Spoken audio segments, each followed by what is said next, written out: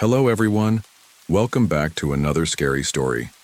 Your place where we uncover the darkest mysteries in a calming and reflective way. For the next hour, I want you to put on your earphones, put your phone face down, and close your eyes. Relax, and let this story take you to a world full of chills and mystery. I know you use this video to fall asleep, so before that, like the video and subscribe to the channel. Also, leave a comment sharing where in the world you're listening from. Now get comfortable and relax.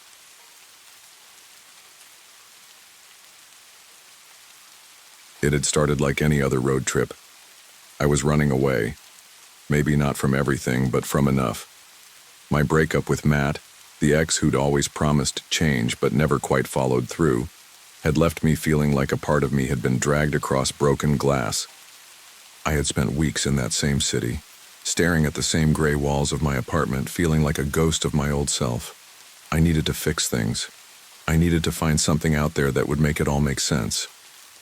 Jake thought this trip would help, and I tried to believe him. 6 months into our relationship, and we were in the kind of honeymoon phase that felt like we were moving too fast but couldn't slow down. He suggested Route 66. I laughed and said, "Let's do it," without thinking about the fact that I had no real destination, no real plan. I just wanted to be moving, to feel like there was a direction. Jake's a good guy, but I knew something was wrong. He wasn't saying it, but I could see the way his eyes darted to the rearview mirror whenever we'd pass a truck on the road. He wasn't talking, just clutching the wheel tighter every mile. The Pontiac Catalina rumbled down the endless stretch of desert, the air thick with heat, and the landscape faded into nothing but cracked earth and scrub. The horizon wavered like a mirage.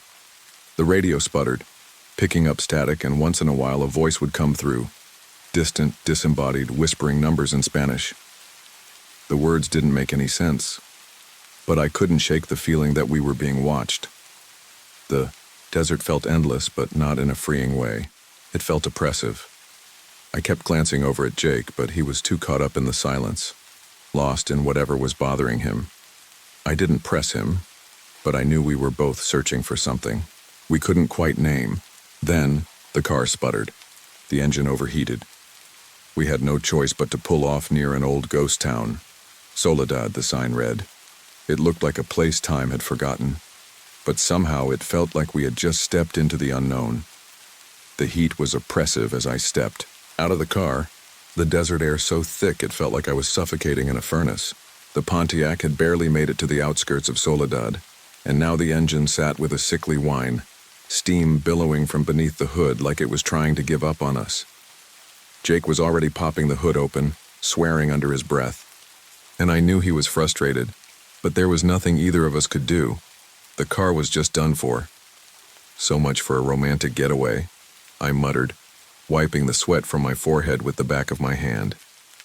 Jake gave me a half-hearted smile, but his eyes were elsewhere, staring at the horizon maybe, or just blankly into the nothingness of the road. I didn't press him. We had hours to kill, and there was no point in arguing. The town itself looked like it had been abandoned years ago. Most of the buildings were falling apart, their windows boarded up, roofs caved in. The only structure that seemed even remotely intact was a gas station with flickering neon that stubbornly blinked, "Last Chance." The sign was old and faded, but somehow it still glowed in the dull desert light. "Guess we don't have much choice," I said, gesturing toward the station. Jake nodded without a word. He wasn't in the mood for chatter. We walked over, our footsteps loud in the empty silence of the place. The door of the gas station swung open with a creak, and we were met by a strange, stale smell, like something that had been sealed in a jar for too long.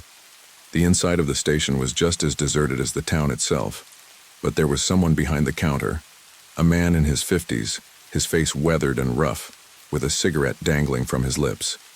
He looked up at us as we entered and smiled, in a way that didn't quite sit right. "Need a hand?" he asked, his voice too smooth, too friendly. "Car overheated. Can you take a look?" Jake asked, trying to sound casual, but I could hear the edge in his voice. The man, Ezra, his name tag said, nodded, his eyes glinting with an odd kind of intensity. He wasn't the type to put you at ease. "Sure thing. I'll take a look." but it'll take some time. Might be a while before I can get it fixed up." He gave Jake a long, assessing look before turning toward the back of the station. There was something about his demeanor that made me uneasy. The way he moved, slow and deliberate, as though every motion was calculated. And then the way he called me darlin', soft and deliberate, a little too familiar. Jake's fists clenched at his sides, and I saw his jaw tighten. But he didn't say anything, just stood there, watching Ezra disappear into the back. Shifted uncomfortably, feeling the eyes of the town on me, even though I knew it was empty. The whole place felt like it was frozen in time, a relic of something forgotten. And then, for the first time since we'd arrived, I felt it. The sensation that we weren't alone here, that this wasn't just some unlucky stop on the road. It was something else, something darker. I glanced over at Jake, and I could tell he felt it too. Something wasn't right about Soledad. It wasn't just the heat. There was something lurking beneath the surface. The sun began to dip lower in the sky as Jake and I waited, perched on the cracked leather seats of the motel room we had checked into. Ezra had promised the car would take at least a few hours to fix, so we were stuck in this strange little town waiting for things to somehow return to normal. But nothing felt normal. I couldn't shake the sense that something was wrong. Maybe it was the ghost town we had passed through, or the strange, almost too pleasant demeanor of Ezra. But it wasn't just that. It was the way Jake had been acting. He hadn't spoken much since we got here, his eyes occasionally darting to the rearview mirror like he was expecting something to be following us. I shook off the nagging thoughts, trying to distract myself by unpacking my camera gear. Maybe a walk around the deserted streets would help me clear my head. But then, as I pulled open the drawer beside the bed to set my camera down, something caught my eye. A stack of old Polaroid photos crammed between the wood and the drawer. Curious, I pulled them out, the yellowing edges of the photographs crinkling in my hands. The first one was of a smiling couple standing in front of the same gas station we had just left, dated 1969. The woman in the photo had long, dark hair and a bright, wide smile, while the man beside her had a scruffy beard and an arm slung casually around her shoulders. They looked happy, carefree, almost too perfect for a place like this. I flipped through more pictures. One dated 1975, another 1981. Different couples, all smiling, all seemingly content. But something was off. The faces in the photos, though they changed, felt too similar, like a family portrait passed down through generations. I shivered as I realized that the people in the pictures were all standing in front of the same gas station. I reached the last photo.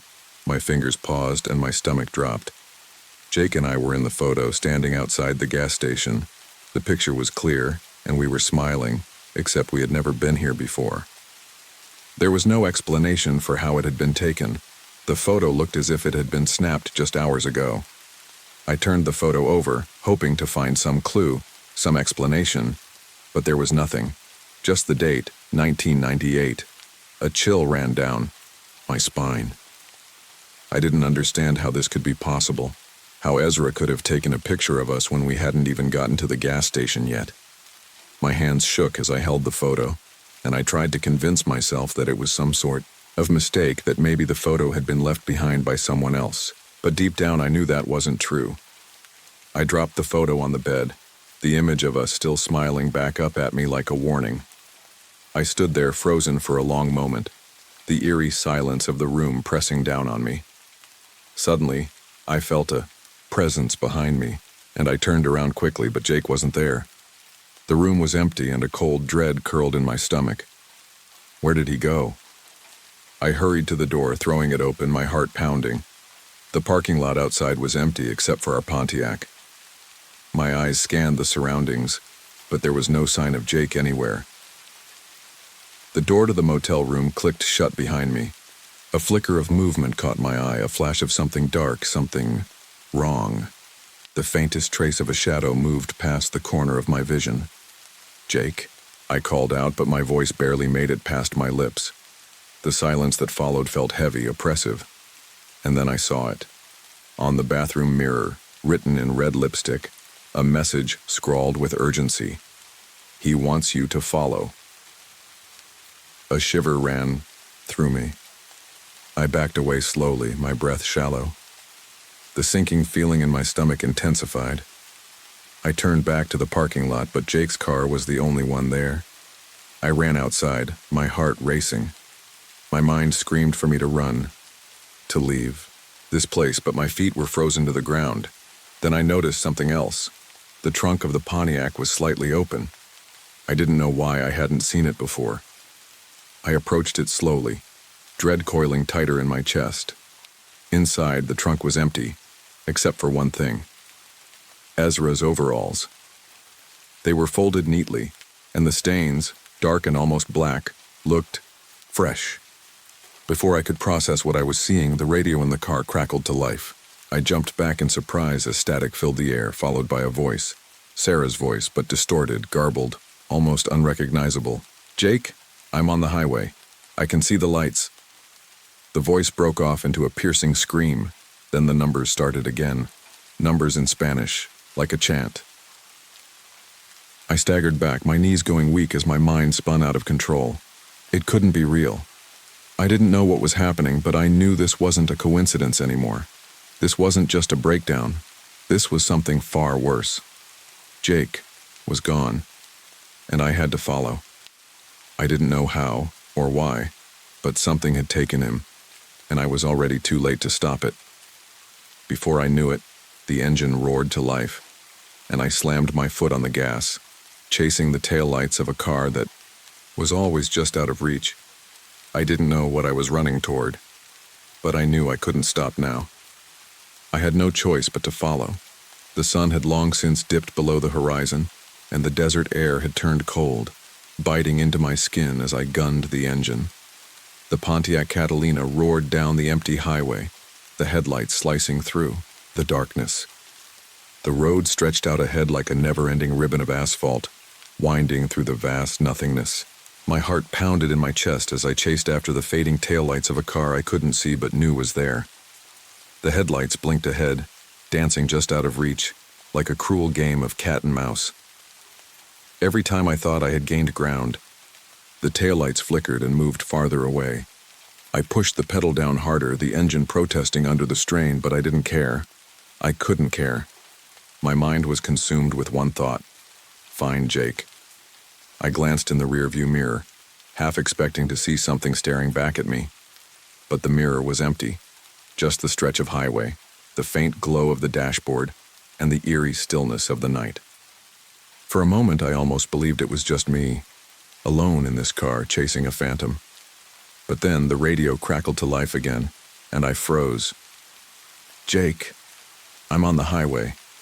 I can see the lights." Her voice, distorted and broken, came through, clearly, though I could hear the panic in her breath. I can't stop, Then the scream, a high-pitched, piercing sound that made my blood run cold.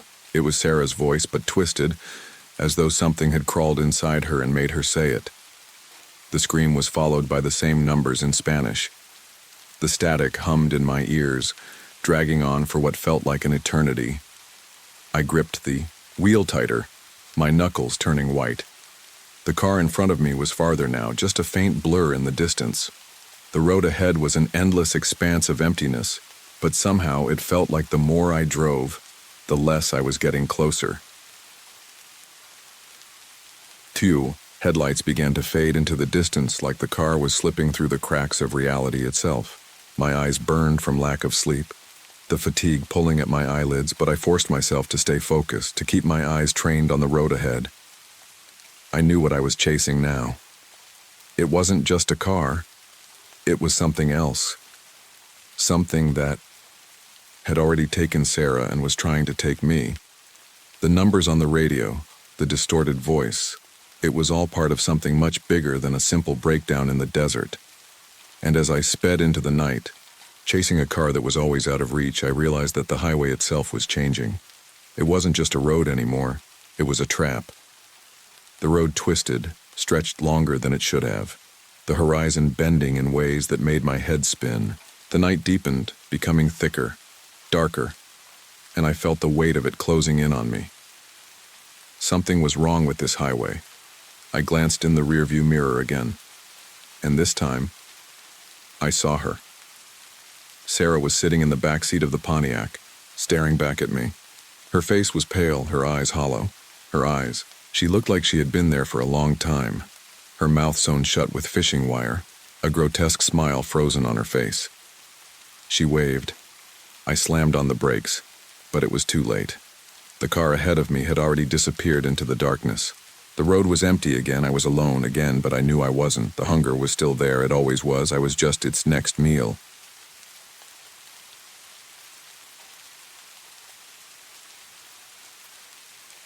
I've always thought about that night. The night I'll never forget. My name is Dionarine, but everyone just called me Paya. I was born in the small village of Port Morant, British Guiana, now Guyana, during the 1940s. Back then, everything seemed different. The world felt like it was carved out of the dense jungle that surrounded us. The roads were narrow and dirt, cut through thick vegetation, with only the dim light of the moon to guide you. Life revolved around the sugarcane fields, and the long shifts on the estate didn't leave much time for anything else. The year was 1953. I was 20 years old, working as a laborer in the cane fields. Every day I woke before the sun, my hands calloused and my back aching from the heavy lifting. I'd spend the hours until dusk cutting cane, loading it onto trucks and hauling it back to the mill. By the time the day was over, I could barely muster enough energy to ride my rusty bicycle home. The thought of returning to my small, creaky shack made my body yearn for sleep, but that's just how life was. The world around Port Morant was filled with old stories, ghosts, spirits that seemed to walk in the shadows, hiding just out of sight, waiting for the unwary to cross their paths. We didn't talk much about it, not out loud anyway, but there were always whispers. It was like an unspoken understanding. Everyone knew about the dark things lurking around us, but we pretended they weren't there. No one would dare admit that they had ever seen one of those spirits. But everyone had heard something, had felt it, especially on moonless nights when the mist hung low over the road and the crickets sang their eerie songs. I'd heard the stories since I was a child. Old men at the village gatherings would talk about the devil woman, the one who roamed the roads, her eyes burning like embers, her hoofbeats echoing in the night. They said she was once a beautiful woman, lost and cursed, forever doomed to wander. The stories were mostly told in hushed tones, with fearful glances thrown toward the road. Most of the older villagers would laugh it off when you asked about her, but deep down, I think they believed in her. That night, though, I didn't think about the stories. I was too tired to worry about anything. It was just a normal ride home, for me, but I should have known something was wrong as soon as I left the estate. The air was thick, heavy, and smelled of burnt cane. It had rained earlier in the day, so the dirt road had turned to mud, making my bicycle tires squeal as they fought for traction. The moon was nowhere to be seen, and all I could hear was the sound of my bike creaking beneath me and the steady rhythm of my pedaling. The road stretched on, leading me through the heart of the cane fields. The world seemed still, almost too still. I tried to shake the feeling that something was watching me, but it stuck with me like a shadow. I wasn't afraid, not yet. But the silence around me, the complete lack of sound from the jungle, was unnerving. That's when I saw her. A woman, standing beneath a tamarind tree on the side of the road. She was just standing there watching me. Her white dress was tattered, almost ragged, and it fluttered lightly in the windless night. I couldn't see her face, but the pale glow of her skin in the dark made her seem almost ethereal. "Paya, help me," she called softly, her voice like honey, sweet, but somehow distant. I lost my way. I stopped pedaling for a moment, my heart pounding a little faster than usual. There was something about her that seemed off, but I couldn't just ignore her. I was a young man, raised with the idea that you should always help those in need. I thought maybe she was just lost, maybe hurt and needed someone to guide her home. But then I saw it. When she shifted slightly, I caught a glimpse of her right foot. It wasn't human. It was black, a dark, twisted cloven hoof, cracked and covered in dried mud. It was the kind of sight that stopped you cold, made your stomach churn in disbelief. I froze. My mind was trying to catch up with my body. Was this a trick? Was I hallucinating? But no. There it was, the unmistakable hoof of something unnatural. I didn't want to believe it, but there was no mistaking the chill that ran down my spine. My mouth went dry as I stared at her, unable to move. The woman stepped closer, and I could hear the crunch of the dirt beneath her strange hoof. My body was screaming at me to run, but my feet wouldn't obey. "Paya, help me," she said. Again, the sweetness of her voice masking something far darker. There was no doubt in my mind now. This wasn't a normal woman. And then, with a surge of panic, I struck a match, my hands trembling, desperate to see her face. As the flame caught, I held it up, and that's when I saw her face. It wasn't a woman's face anymore.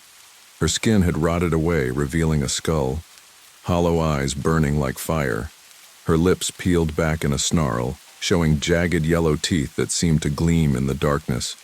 A laugh escaped her, a shrill, inhuman cackle that sent a shiver through my very bones. "You saw me," she hissed, her voice dripping with malice. And that was when I knew I was in the presence of something evil, something that should never be seen by human eyes. I didn't wait another second. I screamed, jumped on my bike, and pedaled as fast as I could, the sound of her laughter ringing in my ears, mixing with the thunderous pounding of hooves behind me. The chase had begun. The moment I turned my bike around, I could feel the world shifting beneath me. The air felt heavier, thick with the kind of dread you can't explain. It was like time had stopped, like every breath I took was sucked out of me before I could exhale. My heart was hammering against my chest, and my legs were moving on instinct, alone pumping the pedals harder than I ever had before. But no matter how fast I rode, the sound behind me, the sound of hooves pounding the earth, was getting closer. Thud, thud, thud. The rhythm of the hoofbeats echoed in the silence of the night, growing louder, faster. My mind was racing, trying to process what had just happened. Was that a dream? Was I imagining it? But deep down, I knew it wasn't. I had seen her face. No human face could have looked like that. No human foot could have taken that shape. And those hooves, they didn't belong to anything that walked this earth. I turned my head briefly, just enough to see the shadow behind me. Her figure was barely visible, but I could feel her presence closing in on me, a dark force that seemed to consume the road ahead. It was almost like she was everywhere at once. Her laughter, shrill and echoing, pierced through the night, and I could hear the rustling of her dress as she moved. No, glided closer. I pushed harder on the pedals, urging the bike, faster, desperate for home, for safety. The sound of her footsteps, no, the sound of those hooves, was so close now that it felt like they were right behind me, inches away from my back. I couldn't look again. I knew if I did, I wouldn't be able to keep going. My mind was screaming at me to wake up, to stop this madness, but my body was working on pure adrenaline.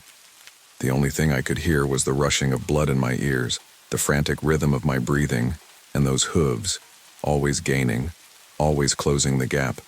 The damn road was uneven, littered with rocks and roots, but I didn't care. I leaned into every curve, dodging potholes, riding straight through puddles, my tires slapping against the wet earth.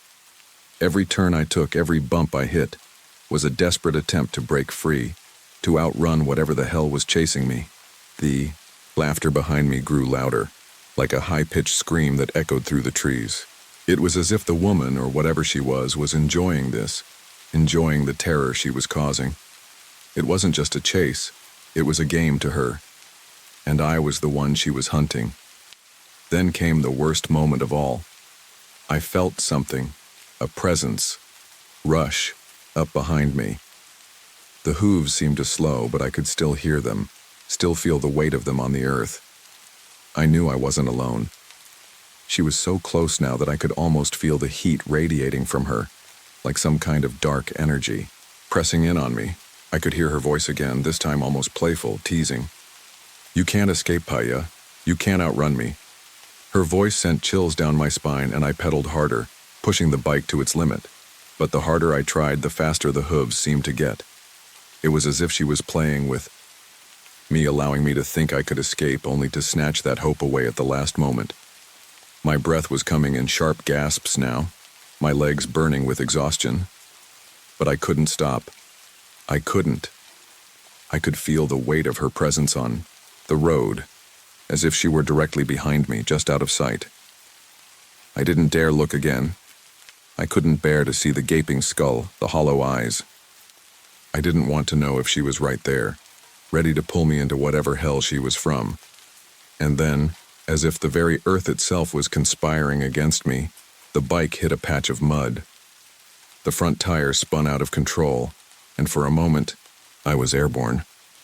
Time seemed to stretch as I flew forward, my hands grasping for the handlebars, trying to right myself, trying to save myself from the impending crash. I hit the ground hard. The air knocked from my lungs as I tumbled across the muddy road. For a second, everything went dark. My head was spinning, and I could feel the warmth of blood trickling down my face.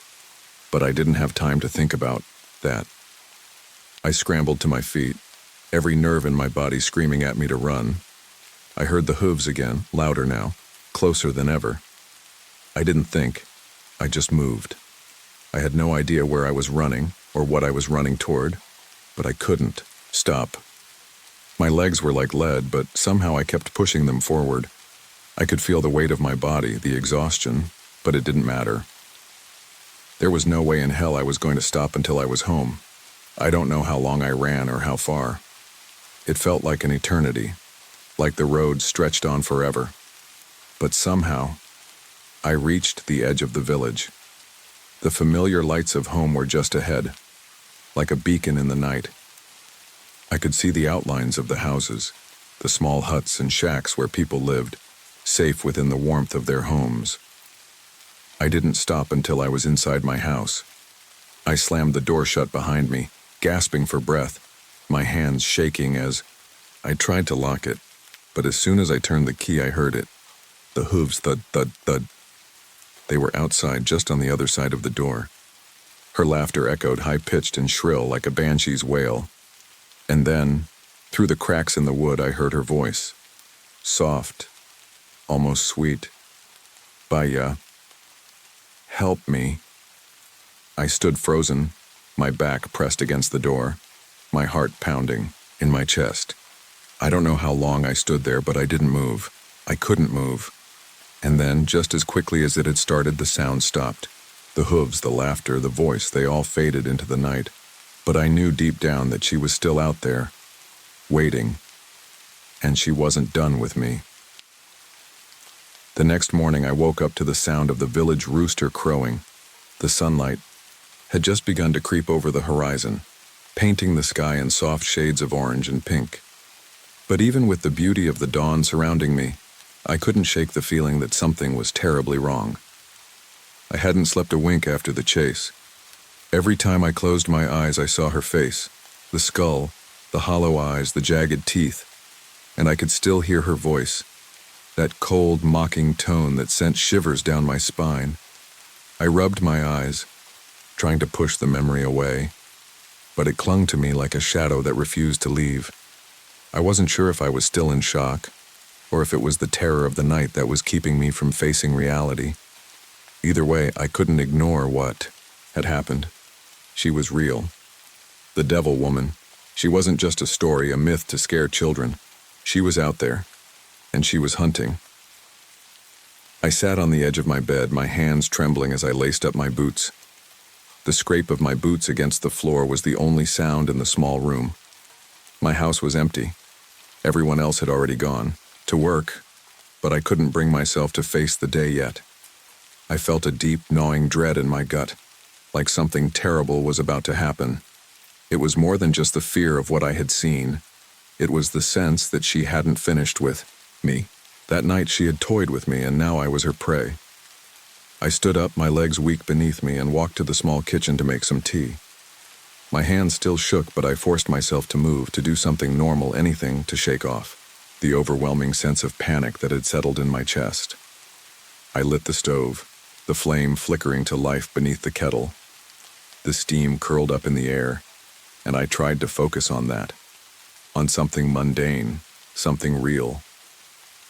As the tea brewed, I noticed the silence. It was too quiet. There was no sound outside, no chirping birds or rustling leaves, nothing. The usual hum of life in the village had disappeared. It was as if the whole world was holding its breath. My eyes drifted to the window, and for a moment, I just stared out at the dirt road that led into the village. The same road I had ridden down the night before, the road where I had seen her. I couldn't help it. I had to look. I had to see if there were any signs, any traces of what had happened. And there it was. A single hoof print in the dirt, just outside my front door. It was large, black, and deep, like something heavy had pressed down hard into the earth. I froze, my blood running cold. I hadn't imagined it. I wasn't going crazy. The devil woman had been here, too close, too real. Stepped back from the window, my breath coming in short gasps. There was no way I could ignore it now. She had followed me home. She had been right outside my door, just waiting for me to open it. I thought back to the sound I had heard last night, the scratching at the door, her voice calling my name. It wasn't just a nightmare. It was her. She had been there, waiting for me to show weakness. I stumbled back into the kitchen, my knees weak. The tea had long since finished brewing, but I hadn't noticed. My mind was racing. I couldn't stay here, not after what had happened. I couldn't just wait for her to come back. But where could I go? The village was small. There was no place I could hide that she wouldn't find me. I couldn't even trust the road, not anymore. I grabbed my jacket from the hook by the door, not caring if it was still early or if I was unprepared. I had to get out. I had to do something to break the cycle, to escape the nightmare that had begun the moment I had seen her under that tamarind tree. The weight of the experience was crushing, and I could feel it in my bones. The sense that she was still out there, waiting for me to slip up, to make a mistake. I stepped outside, my heart pounding in my chest as I looked around. The village was still quiet. The air was thick with humidity, and the morning mist hung low like a heavy fog that wouldn't let up. It felt suffocating, like the whole world was closing in on me. As I walked down the road, I kept my eyes peeled, scanning the trees, the dirt paths. I couldn't shake the feeling that she was watching me, that she was always watching, waiting for the perfect moment to strike again. My hands were clenched at my sides, and I kept my pace quick, not wanting to linger in one place for too long. The villagers had started to notice the strange quiet, too. They came out of their homes one by one, exchanging uneasy glances. They'd heard the stories just like I had. They had their own encounters with the spirits that haunted these lands, but no one spoke of it openly. In a way, we all knew what was lurking in the darkness, but we didn't dare acknowledge it. One of the older men, Mr. Raj, approached me, his weathered face drawn with concern. He had seen more than his fair share of strange things in this village, but something in my eyes must have told him that this time it was different. "Paya," he said softly, his voice low, almost a whisper. "You saw her, didn't you?" I couldn't speak. I just nodded, the weight of the truth too heavy to put into words. "Then you know what she can do," he continued, his eyes hardening. "She doesn't stop. She never stops." I felt a cold chill wash over me. It wasn't just the fear of what I had experienced, it was the realization that this was far from over. The devil woman was still out there, and now she had my scent. The people in the village were starting to talk now. I could hear snippets of conversation behind me, whispers, fear. They had all heard the hoofbeats too. They had all felt the darkness pressing in. Mr. Raj's words echoed in my mind as I turned to walk away. She never stops, and she won't. Rest until she has you. That's when it hit me. It wasn't just that she had followed me home. It wasn't just that I had narrowly escaped the chase. It was that she would come again. And next time, there might not be a way out. I wasn't just running from her. I was running for my life, and there was no guarantee I would make it through the next encounter. The days dragged on in a blur of anxiety. It had been 3 days since the night I saw the devil woman, and every minute felt like a lifetime. I tried to return to some semblance of normal life, but it was impossible. I couldn't shake the feeling that I was being watched, that she was waiting for me to slip up. Every time I closed my eyes, I saw her face. The skull, the hollow eyes, the jagged teeth. Her voice echoed in my mind, that honeyed whisper followed by the shrill, mocking laughter. The village went about its business, but even the most mundane tasks felt heavy now. I couldn't walk down the street without glancing over my shoulder, scanning the shadows for any sign of her. The air felt thick, oppressive, like the weight of something terrible was always just on the horizon, waiting for me to make a mistake. I'd spent most of the day working in the fields, but even the physical labor couldn't distract me from the fear gnawing at my insides.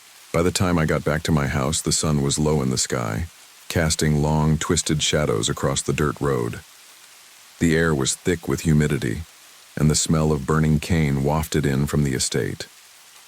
It felt like the entire world was holding its breath, waiting for something to happen. I didn't want to stay in the house. I couldn't. Every creak of the floorboards, every gust of wind made me jump. The memories of the night I had seen her were still fresh, still sharp in my mind. But I also knew I couldn't run. I couldn't hide. It wasn't just the village she would haunt. It was me. She was coming for me, and there was no escaping her. I decided to take a walk through the village to clear my head, though I wasn't sure what I was trying to clear. Maybe I was trying to find something normal, something that would remind me of life before the terror. But nothing felt the same. The village looked different now, the familiar buildings and paths seeming strange, twisted. I passed by Mr. Raj's house.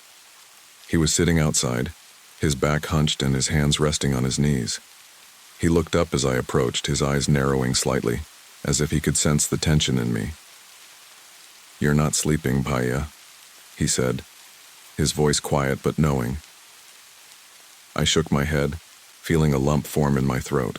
"I don't think I'll ever sleep again." Mr. Raj sighed deeply, his eyes full of understanding.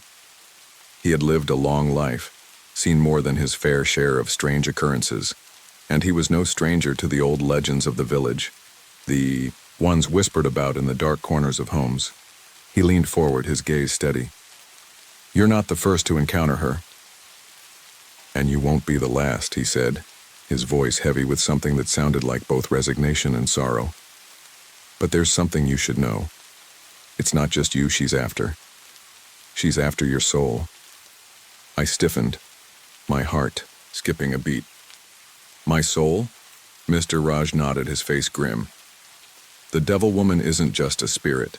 She's something much older, much darker. They say she's a demon, a curse that has followed this land for generations.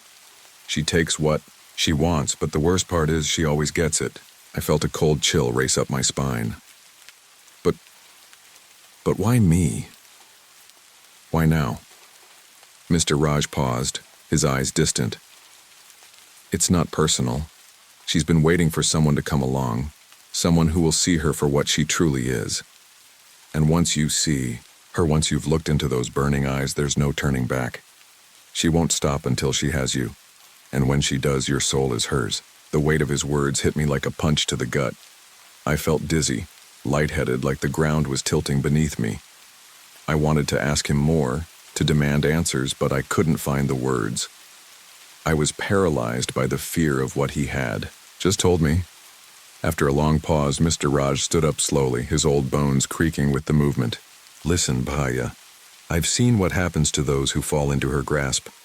There's no escaping her once she's marked you. But there are things you can do to protect yourself. Rituals, wards. I'll teach you what I know." I didn't know if I believed in the old man's words, but something in his eyes told me he wasn't lying.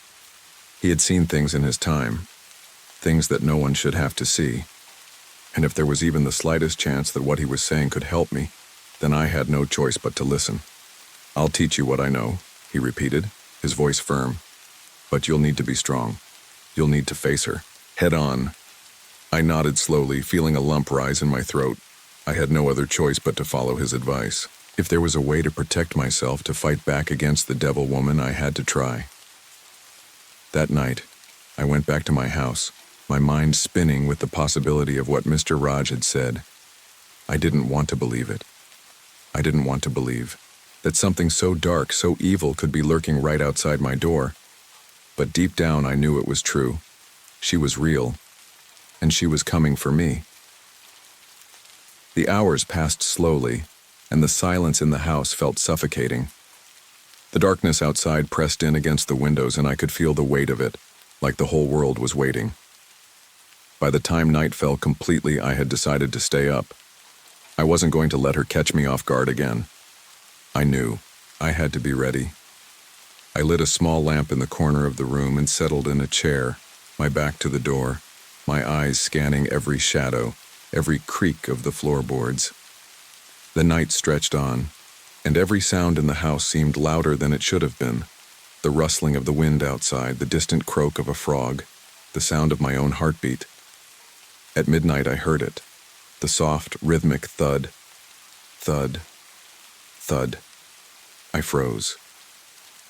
My heart skipped a beat as I turned toward the door, my hands trembling, the hairs on the back of my neck standing up. The hooves. They were getting closer. I swallowed hard, my breath shallow. I knew she was out there, just on the other side of that door, waiting. And for the first time since this nightmare had started, I wasn't sure if I was ready. The sounds of the hooves grew louder, more distinct, more insistent. Thud. Thud. Thud. Each step echoed in the pit of my stomach as though the very earth beneath me was shaking in response to the approaching terror.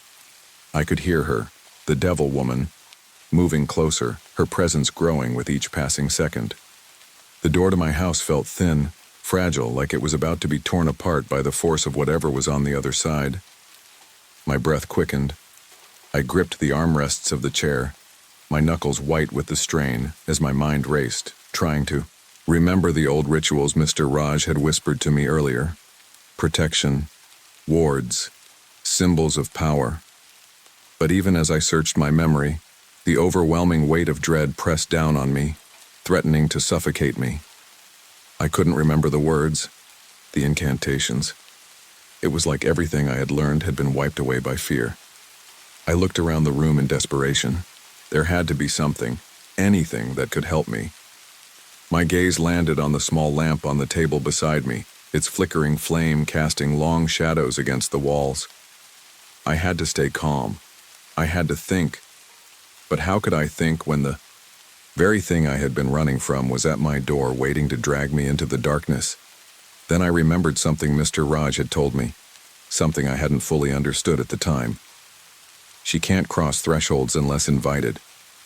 I didn't know if it was true, but it was my only chance. The door was the only barrier between her and me. If she couldn't cross it, maybe, just maybe, I could survive the night. I had no way of knowing how much time I had before she reached the door, but I had to act fast. I stood up slowly, my legs unsteady beneath me. My mind raced as I scrambled, for something to block the door, something to make it impenetrable. I looked around the small room, my eyes landing on a stack of old crates in the corner. It was a flimsy idea, but it was all I had. I pushed the crates toward the door, my hands shaking as I stacked them hastily, piling them high against the wooden frame. The hooves were closer now, practically right outside. The sound of her laughter filtered through the cracks in the door, a sound so chilling it felt like it was crawling under my skin. Paya. Her voice was a low, mocking whisper, distorted by the door. Paya, you can't hide. You can't escape. Open the door. Let me in. I pressed my back against the crates, holding them in place as I tried to catch my breath. I couldn't stop myself from trembling. I was terrified, not just of what she was, but of the realization that no matter how many precautions I took, no matter how many doors I locked, she would always find me. She was always just one step behind. Her voice was growing louder, more insistent. The hooves were closer. Let me in, Paya. You know you can't run forever. The door rattled, and I heard the unmistakable sound of hooves scraping against the wood, as though something, or someone, was trying to push through. The crates groaned under the pressure, but they held firm for now. My eyes darted around the room. and then they fell on the small knife I kept by the kitchen counter. I didn't know what I could do with it, but I needed something. Anything. I grabbed it and held it in my hands, feeling the cool steel against my palms, as if it could somehow protect me from the nightmare outside. And then, in the midst of the silence, I heard a thud, one last powerful stomp of hooves. And then, nothing. Complete, suffocating silence. I held my breath, my body rigid, waiting for the next sound, the next move. But there was only silence. For what felt like an eternity, I stood there pressing my back into the crates, waiting for something, anything, to happen. My mind raced, my heartbeat pounded in my ears. Had she left? Had she given up? Then came the faintest sound, the whisper of a footstep, a soft click of nails against the wood. She was still there, but she wasn't pushing against the door anymore. She was waiting. It took me a moment to understand. She wasn't trying to break through. She wasn't trying to drag me away. She was testing me. With the sharpness of a man desperate for survival, I made a decision. If I didn't confront her now, if I didn't face this evil head-on, it would haunt me for the rest of my days. I had to fight back, even if the odds were impossible. Gathered every ounce of courage I had left, pushed the crates aside and unlocked the door.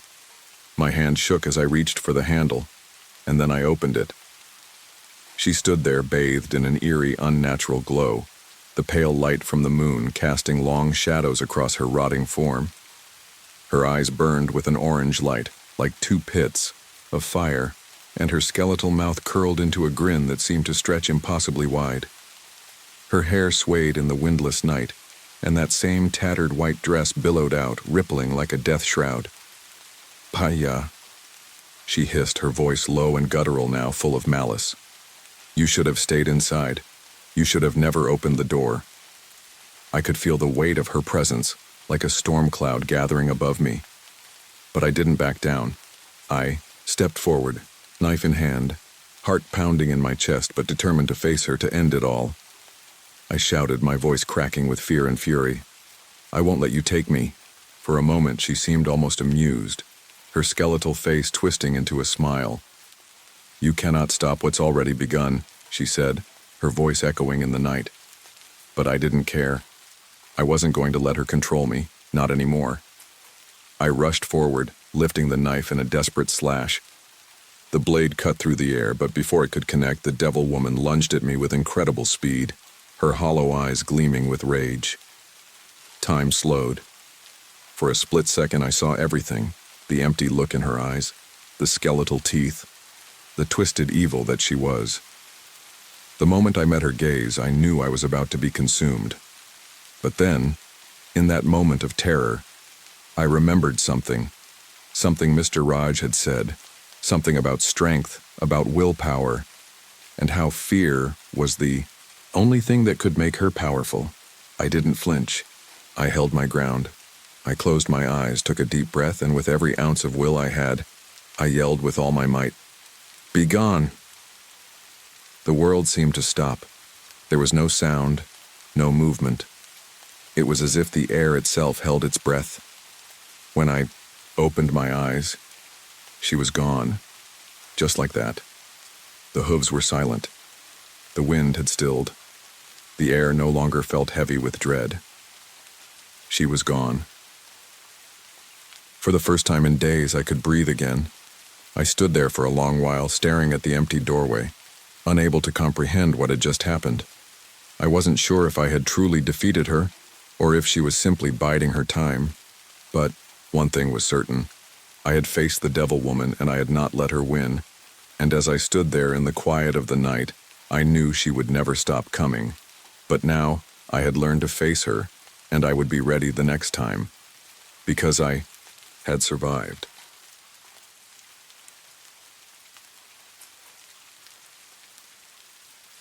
I used to think every house creaked and groaned the way ours did, that every home whispered when it thought you weren't listening.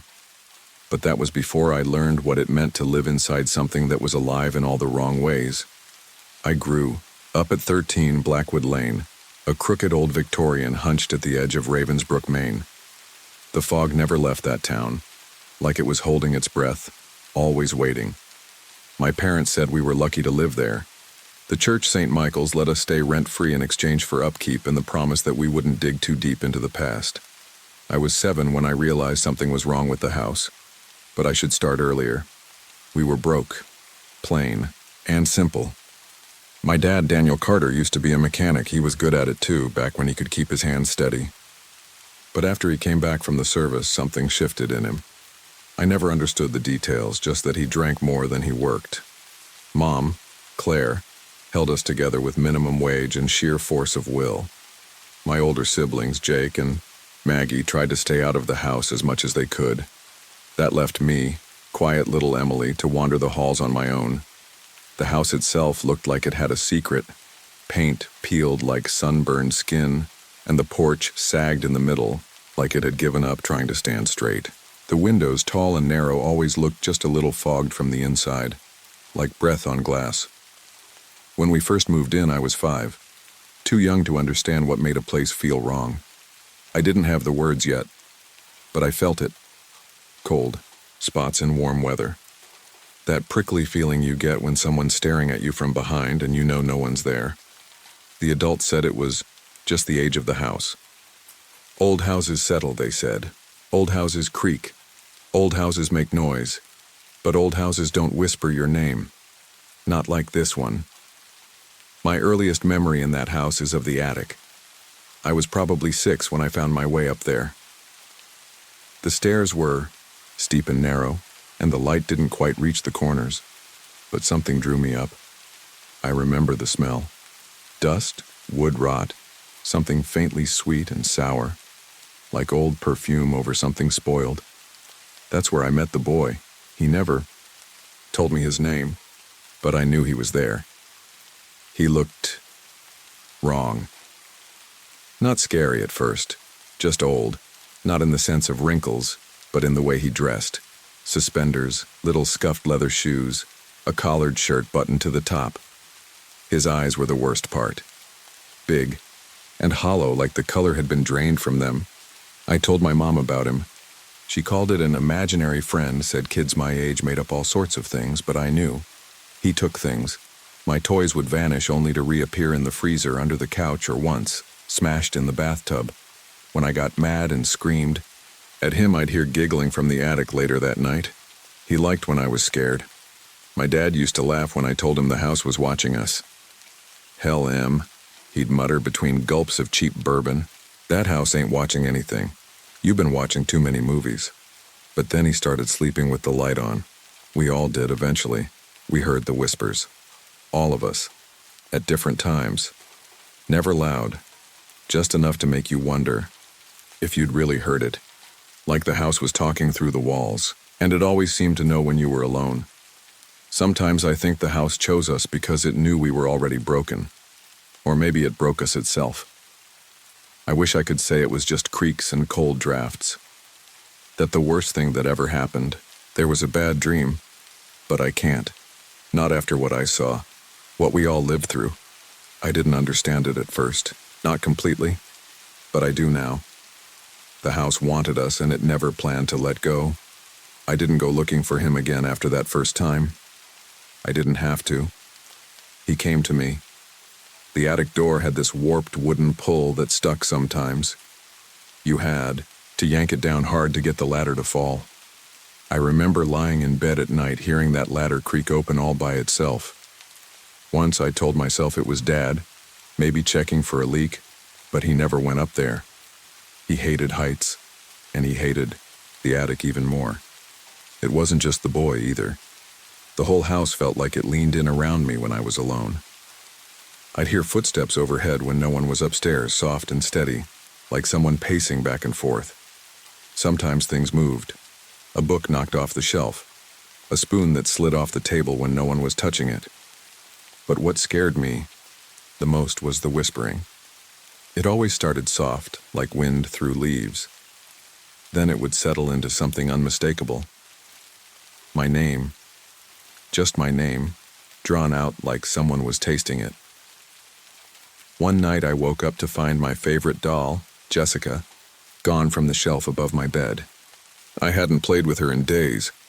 I tore my room apart, under the bed, behind the dresser, in the closet. But she was just gone. I didn't sleep much that night. The next morning, I found her sitting on the edge of the bathroom sink, her head turned completely backward. Her plastic arms were soaked. I asked everyone in the house if they'd moved her. Mom was busy with work, Jake was staying at a friend's, and Dad barely looked up from his coffee. "Don't leave your crap lying around," he muttered. I wanted to believe maybe I'd left her there myself. Maybe the head thing happened on accident. But deep down, I knew better. The boy started showing up more after that. Never in full light. Always just out of reach, in the corners, behind open doors, reflected in glass. Once I saw him standing, at the top of the stairs. I blinked and he was gone. Another time I walked into the living room and all the couch cushions were piled in the center of the floor, with my stuffed animals lined up around them in a perfect circle. I stood there frozen, while a breeze passed through the closed windows. That's when I felt it. That tightness in my chest, like the air was heavier than it should have been. My parents kept brushing it all off. Emily has a vivid imagination. They'd say when I'd cry about hearing someone whisper under my bed. Maybe it's stress, Mom suggested once, or too many scary movies. I hadn't seen any. We didn't even have cable. Just a boxy old TV with static most nights. But the boy never left. He started taking my things more often. Small stuff. At first, pencils, socks, a coin from my piggy bank. But then it was more personal. I lost a necklace my grandmother gave me before she passed. It vanished off my nightstand, and I never saw it again. I started to wonder if he was angry, or lonely. Maybe both. The scariest part was how real it all felt. Not like a dream or a fantasy. This wasn't some shadow in the corner of my eye. I saw him. I felt him. One night I was lying in bed, the covers pulled up to my chin, and I swear I heard, breathing next to my ear, slow, raspy, wet. I didn't turn my head. I couldn't. I just closed my eyes and waited for morning. When I finally told Jake about it, expecting him to laugh or call me crazy, he went quiet. "You saw him too?" he asked, voice low. I nodded. He didn't say anything else. Just got up and left the room. I think that's when I stopped telling people about the boy. It was like once you saw him, you were stuck with him. Like saying his name out loud gave him power. I started sleeping with the light on. I locked my door at night even though it never really helped. I'd wake up to find it open anyway and the attic steps creaking above me. The worst part was knowing I wasn't crazy, that this wasn't just in my head. The house was doing something. To us. Something quiet. Something cruel. And he, that boy, was just the beginning. I don't remember the man's face. Just the sound of his fists on the front door. It was late. Too late for anyone decent. The kind of late where the town went, dead silent, and the fog rolled in thick, muffling the streetlights until everything looked underwater. I was maybe 9, curled up under a blanket in the den while Mom watched one of her courtroom dramas. Dad wasn't home. That was never a good sign. The pounding started slow, deliberate, then faster, more desperate. I looked at Mom and she just froze like her brain couldn't quite catch up. When she stood, I could see she was shaking. We didn't answer. She turned the TV off, and for a second, the house was dead quiet except for the knocking. Then a voice, low and slurred, called out, "Daniel, I know you're in there." Mom grabbed my arm and pulled me toward the stairs. "Go," she whispered. "Get in the closet. Stay quiet." I didn't ask questions. I just ran. My bedroom closet was narrow and smelled like old cedar and mildew. I slid behind the hanging coats and shut the door as softly as I could. My heart pounded so loud I was sure he'd hear it from outside. The man kept yelling for a while. I couldn't make out the words anymore, but the tone was enough. Angry, hurt, drunk maybe. Probably someone my dad owed money to. Or worse. The minutes stretched long. Too long. And that's when I saw it. Annabelle, my porcelain doll, sat on the closet floor near my feet. I hadn't played with her in weeks. She'd always creeped me out a little, Too perfect, too quiet. My aunt gave her to me for Christmas one year, said she was collectible. She was the kind of doll that didn't look like she belonged in a kid's room at all, the kind you kept in a glass case. Stared at her. Something felt off. Her head shifted. Not fell. Not slumped. Shifted. Like she had turned to look at me. The joints in her neck didn't make sense. They weren't supposed to move. But I watched her slowly rotate her head in my direction until her painted face was fully facing me. Then her eyes clicked open. Those glossy glass eyes that had always stayed closed when she was lying down. They blinked. Once. Slowly. Deliberately. I stopped breathing. I couldn't scream. I couldn't move. Then came the sound. A soft, choked breath. Like someone exhaling behind my ear. I slapped a hand over my mouth and squeezed my eyes shut, willing myself to disappear. The front door slammed. I heard Mom yell something about calling the cops. The man must have run off because everything went quiet again. But I didn't leave the closet. I couldn't. I stayed there until I heard Mom's voice calling my name, maybe 10 minutes later. When she opened the door, I stumbled out and immediately looked down. The doll was lying on her back, eyes closed, face expressionless, just like always. I told Mom what happened, about the eyes, about the breath. She looked exhausted. She bent down, picked up the doll, and turned it over in her hands. Honey, maybe it was just your imagination. You were scared. Hiding in the dark. It's easy to think you saw something. I wanted to argue, to scream, but something in her voice made me stop. She didn't sound like she was trying to calm me down. She sounded like she wanted to believe it was my imagination, like she was desperate for that to be the truth. Later that night, I put Annabelle back in her box, taped it shut, shoved it under the bed, deep into the shadows. She came back. 3 days later, I found her sitting on my windowsill, looking out at the fog. The box was still taped shut under my bed. That was the night I started sleeping with my closet door open. Not because I wasn't scared anymore, but because I wanted to see it coming. It wasn't just me anymore.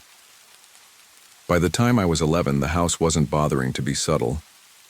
My siblings and I had started noticing things at the same time, things that didn't make sense. Items moved, shadows where there shouldn't be shadows, doors creaking open in the middle of the night when everyone was asleep. But it was my dad who finally snapped. It started with the nightmares. He'd wake up gasping, sweat soaking through his shirt. Sometimes he'd cry out, names mostly. Catherine, Eloise, names none of us recognized. He'd sit at the kitchen table afterward with his flask, muttering to himself, eyes sunken like he hadn't really slept at all. Then came the whispers. We all heard them. It was a Saturday night. Late spring, I think. Mom had fallen asleep on the couch watching the news. I was upstairs in my room reading with the window open. The air smelled like wet earth and lilacs. Then it hit. This sudden chill, like the temperature dropped 10 degrees all at once. I got up to close the window, and that's when I heard it. A woman's voice.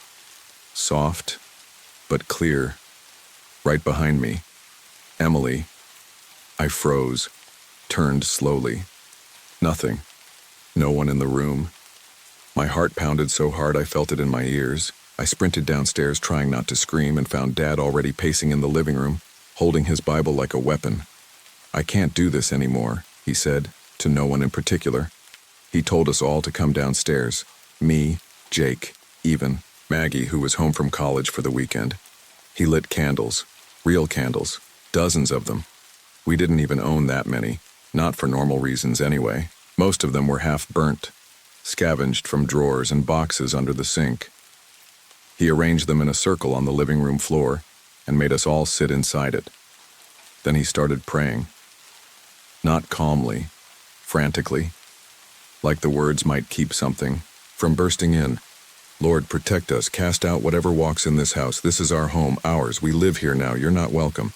The air got heavy, thick.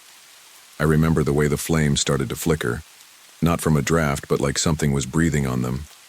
Then I heard the scratching, slow, deliberate, from the walls behind the couch, like fingernails on drywall.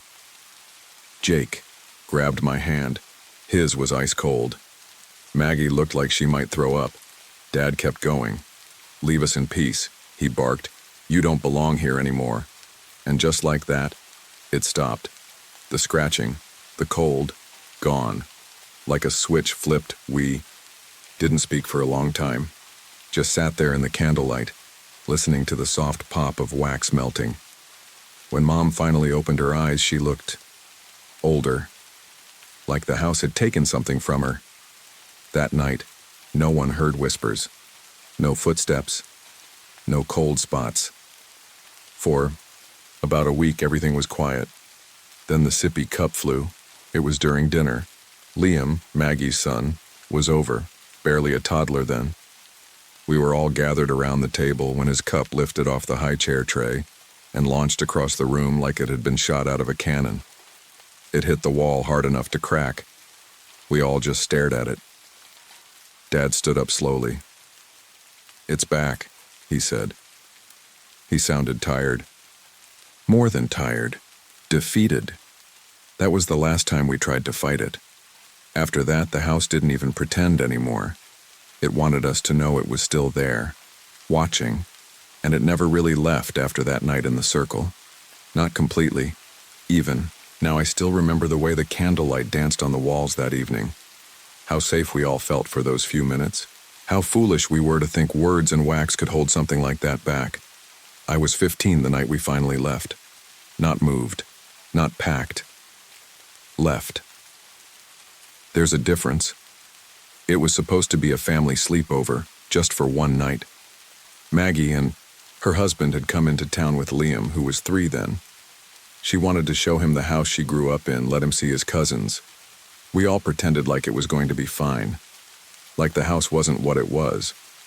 I think we needed to believe. It had gotten better just because time had passed, but it hadn't. It started early. Maggie's husband, Rob, swore the guest room door kept unlocking itself. He'd shut it tight, even jammed a chair under the knob. Then 5 minutes later it'd creak open, slow and steady like it was showing off. Maggie told him to stop freaking out the baby, but she was already on edge. We all were. At around 11 we heard footsteps in the attic. Not like mice, heavy, dragging steps. Dad said it was just the house settling. We all stared at him.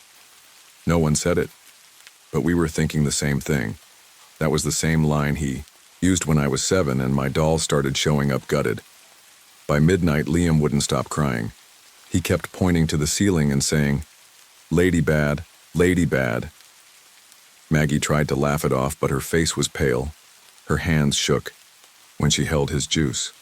At 3:12 a.m., every door in the house slammed shut. Not one at a time. All at once. Boom. Like a shotgun going off in every room. We jumped. Dishes rattled. The air turned sharp, metallic, like pennies soaked in vinegar. Then came the scratching. Not on the walls. On the floor, underneath the baby's crib. That's when the voice started. It wasn't loud. It didn't need to be, just soft enough to freeze your blood. "Get out," Maggie screamed. I don't think I've ever heard her make a sound like that. Dad was already on his feet, throwing the front door open, yelling at all of us to go. Rob grabbed Liam, I grabbed our coats. Mom was crying, repeating the Lord's Prayer under her breath. We didn't even lock the door behind us. We just ran. We drove to a motel off the highway, this cheap little place with buzzing lights and a soda machine that stole your quarters. We didn't sleep. Just sat there in the dim yellow glow, not talking, staring, shaking. We never went back. Dad called the church the next day, told them they could take the house back. He didn't care if it meant living in a trailer or begging for a parishioner's spare room. He was done. We all were. But the thing is, it never really left us. Years later, when I moved to Boston, I thought I'd escaped it. I got a job and an apartment. Started dating someone normal. I told myself it was over. But then I started waking up at 3:12 a.m. every night. I'd hear footsteps in my hallway. Sometimes I'd smell lilacs and blood. And in the corner of the mirror, always just for a second I'd see him, the boy, the one from the attic, his hollow eyes, that small sad smile. Once I found my childhood doll Annabelle in my kitchen drawer. I never brought her with me. Another time I woke up to find all the cabinet doors wide open, just like when Mom was attacked. The clock read 3:12. Always 3:12. I started keeping the lights on, sleeping with music. I saw therapists. I tried medication. None of it helped. They told me I had PTSD, that it was childhood trauma manifesting in sensory hallucinations. I wanted to believe them. God, I needed to. But one night, I heard Liam's voice on the baby monitor app I forgot to uninstall. He's 12 now. Doesn't even live in the same state.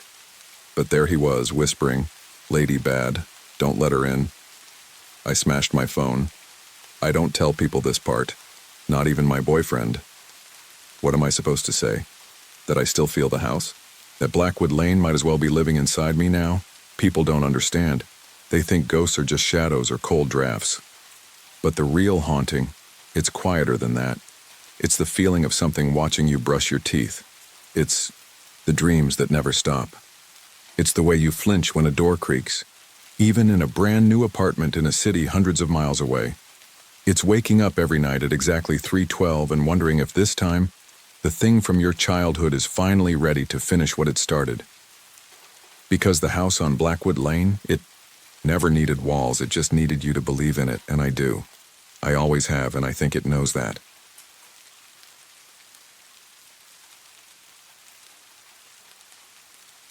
I still remember the first time I stepped into that house.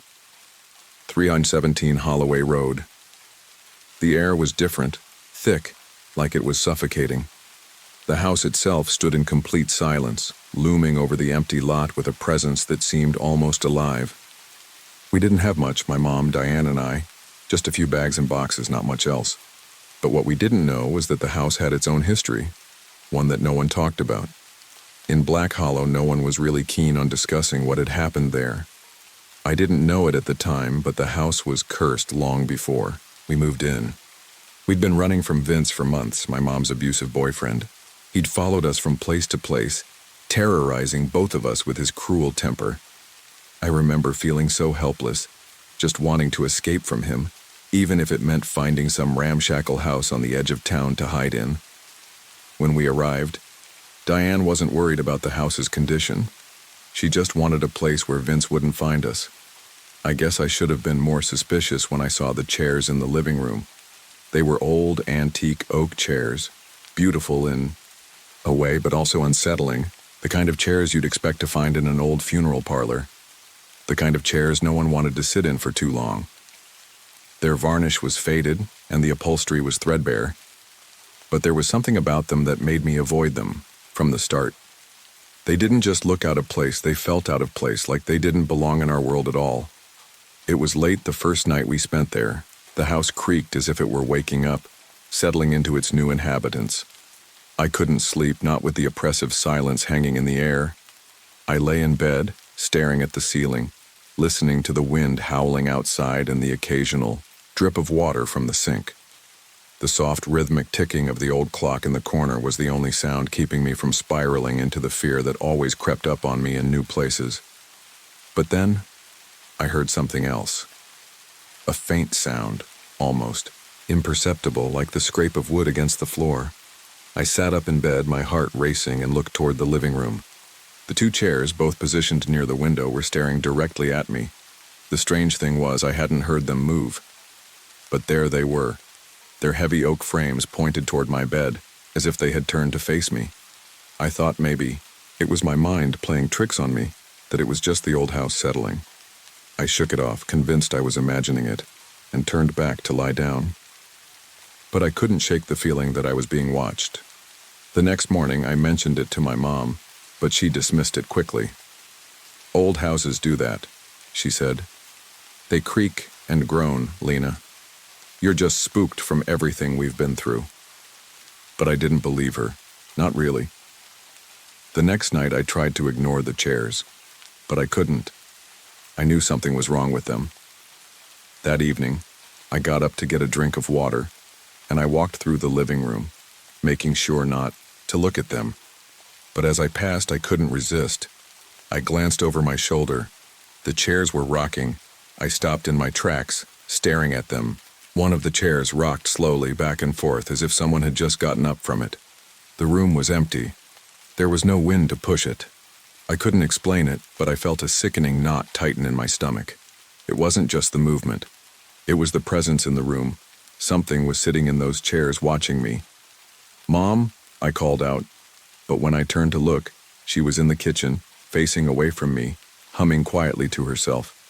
I shook it off again, telling myself I was being paranoid. I grabbed my glass of water, then headed back to my room. But as I lay in bed, I couldn't shake the feeling that the chairs were still watching me. The next day, when I woke up, the chairs were still there, silent and unmoving. But I knew, deep down, that they hadn't really stopped. They were waiting. I stayed away from them for as long as I could, avoiding the living room whenever possible. Vince's arrival that evening only made things worse. He was drunk, as usual, his anger simmering just beneath the surface. He was in one of his moods, and nothing would stop him from taking it out on my mom. I tried to retreat into the room I had claimed as mine, but I could still hear the shouting and the crashing from the kitchen. I didn't expect it, but when Vince stormed into the living room later that night, he looked right at the chairs. "These damn things are creepy," he muttered, swaying slightly. He kicked one of them violently with his boot, and it scraped across the floor. I held my breath, waiting. But something strange happened. The chair didn't stop sliding. It slid back into its place, on its own. Vince stepped back, a bit confused, rubbing his head. "I swear to God I didn't touch it," he said, his words slurring. But I could see the shock in his eyes. The house, with its eerie presence, had unsettled him too. I didn't need any more proof. Something in this house, something dark, was alive. And those chairs were its eyes. It wasn't the chairs that scared me the most, it was what I found in the closet. The house, old as it was, had a certain familiarity to it. It didn't feel entirely like home, but it was at least a place I could hide from the chaos of our life with Vince. I'd never been fond of the house, but I tried to keep my mind busy. I spent my days at school, or out in the yard, trying to forget that we were trapped here. When night fell, I would retreat into my room, lock the door, and curl up on the bed, hoping for a little peace. But the peace never came. There was always something lurking, always something just beyond the edge of my perception, like the air was thicker in certain places, more suffocating. Most nights I stayed awake long after the house settled into its usual silence. But one evening, I had an idea. I'd sneak a snack from the kitchen and retreat to my closet, hoping the small space would give me a sense of comfort and safety. It sounds silly now, but it was the only place I felt I could be alone, away from the constant pressure of Vince's temper. He'd left for the night, probably off drinking, somewhere, and my mom had gone to bed early, nursing a headache from the stress. So I took the opportunity to slip into my closet, grab a cookie, and try to forget about the eerie things I had seen in the house so far. The closet wasn't much, a tiny space at the end of my room with just enough room for me to stand in. The floor was dusty, the shelves full of mismatched boxes and old clothes.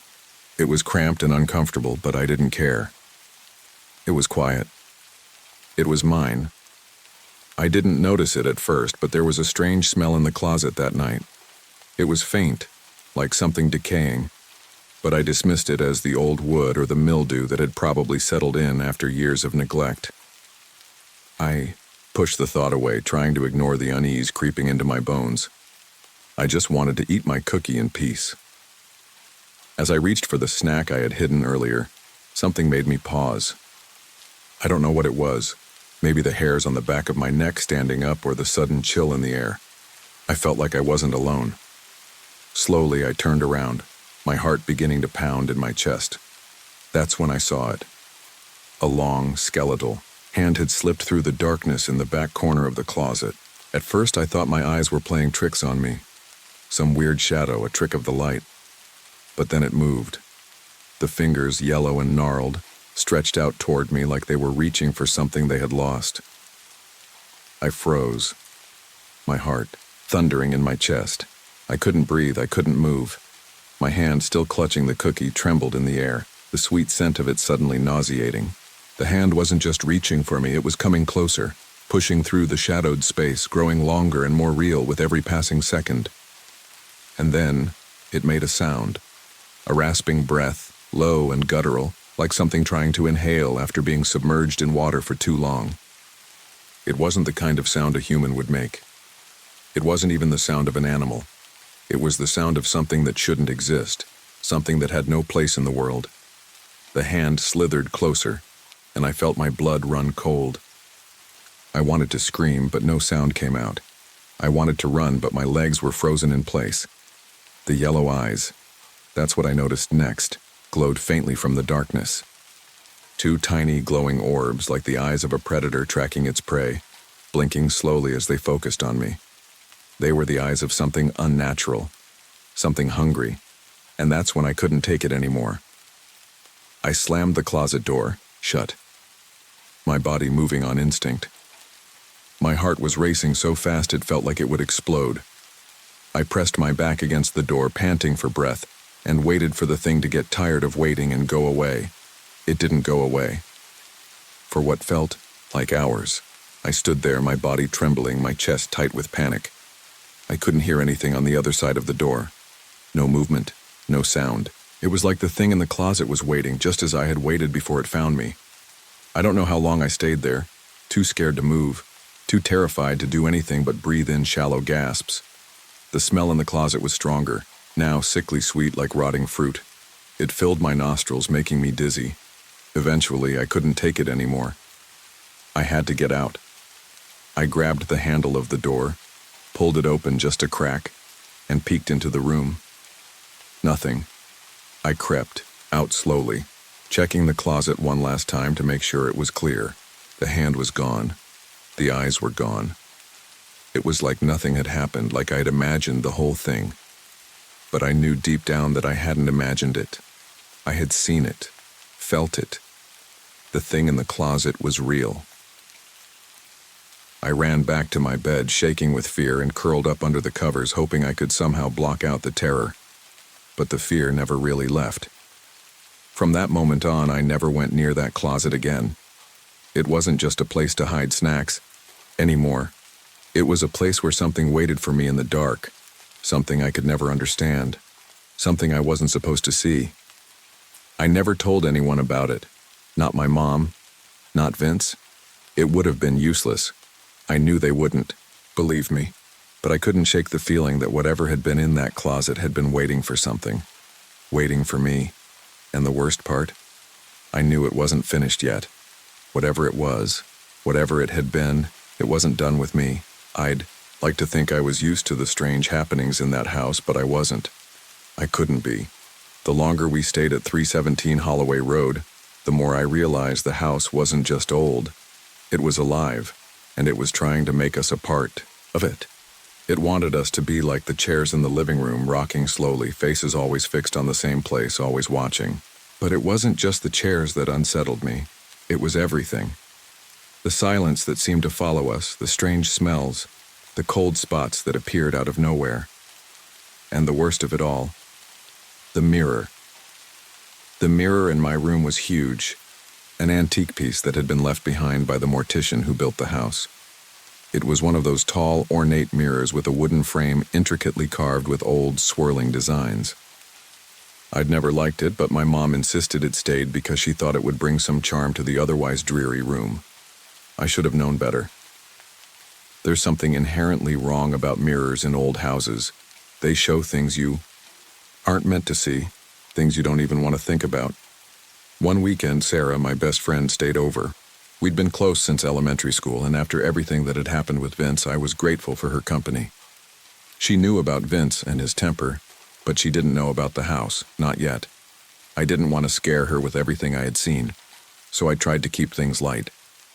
We stayed up late that night, giggling about stupid things, as best friends do, the kind of laughter that felt like a small victory over everything bad in life. But then, around midnight, the mood shifted. It was subtle at first. Sarah got quiet, like she was distracted, like something was bothering her. I didn't notice at first, but after a few minutes I glanced over and saw her face, pale, tense, her eyes fixed on something. She was staring into the mirror. I felt a cold knot tighten in my stomach. "Sarah?" I asked, my voice wavering. "What's wrong?" She didn't answer immediately. Instead, she blinked a few times, then looked at me, her eyes wide with confusion. "Lena, your mirror." Her voice was shaky, and there was a weird tremble to her words. "Sarah, what about it?" I asked, my voice laced with concern. She looked at me, then back to the mirror, and swallowed hard. "There's something in it. A figure. Behind me. It's tall. Too tall. And it's moving." My heart skipped a beat. I knew exactly what she meant. The house was full of shadows that didn't belong, things that weren't right. But this was something else. I stood up quickly, my legs unsteady as I moved towards the mirror, my heart pounding. "What are you talking about?" I whispered, half afraid to even ask. But when I looked into the glass, I couldn't see anything unusual. The reflection of Sarah and I stared back at me. No strange figure, no shadow. Just us, sitting there, in the dim room like it had always been. "I swear, Lena, I saw it," Sarah said, her voice trembling. "It was right behind me. It moved when I blinked. It got closer. Every time I blinked, it was closer." I swallowed hard, my throat dry. "It's just a trick of the light, Sarah. The house is old. It's probably just a shadow or something." But deep down, I knew it wasn't just that. I could feel it. An overwhelming presence in the room, like something was watching us, something from beyond the mirror. Sarah didn't seem convinced. She stood up, now visibly shaking. "I'm telling you, Lena, I saw it. It was like it was reaching out. Its fingers, they were rotting. I saw them, Lena. They were long and bony like claws, and when I blinked the last time, I swear, I felt something cold on my shoulder, like something touched me." My stomach turned. I wanted to tell her it was nothing, that it was just her imagination, but I couldn't. I knew the house too well to deny it. It wasn't her imagination. Whatever was in that mirror was real. "Let's get out of here," I said, trying to stay calm. "Come on, we'll go downstairs." But Sarah wouldn't budge. She stood frozen, her eyes fixed on the mirror again. She didn't even seem to hear me. Her lips parted slightly as she whispered, "I have to look. It's still there. It's getting closer." I tried to grab her arm and pull her away, but she jerked back, her face contorted in fear. "No, Lena, don't you see? It's behind you now. It's right behind you." I turned around quickly, my heart racing, but there was nothing. Nothing at all. Just the empty room, the dim light of the lamp casting soft shadows across the floor. But Sarah's eyes were wide, her body stiff with terror. I couldn't take it anymore. I grabbed her hand, yanked her away from the mirror, and pulled her out of my room, locking the door behind us. Sarah was still breathing heavily, her face pale, her hands shaking. I tried to calm her down, but I couldn't find the right words. We sat in the living room for what felt like hours, both of us silent, trying to process what had just happened. After that night, Sarah never came back to the house. No phone calls, no visits. She didn't even answer my texts. I tried calling her, but she never picked up. I didn't blame her. I wouldn't have wanted to come back to that house either, not after what happened. In the days that followed, I tried to act like everything was normal. But deep down, I knew something had shifted, something that I couldn't take back. The house wasn't just a place where we lived anymore. It was a place where things waited, where something darker was always just on the edge of your perception, and it wasn't done yet. Whatever had been behind that mirror wasn't finished with us. It wasn't finished with me. By the time the final night in that house came, I was already broken. Every creak of the floorboards, every faint whisper in the walls, every shadow that moved when I wasn't looking, it had worn me down. The house was suffocating, its presence pressing in on me from every direction.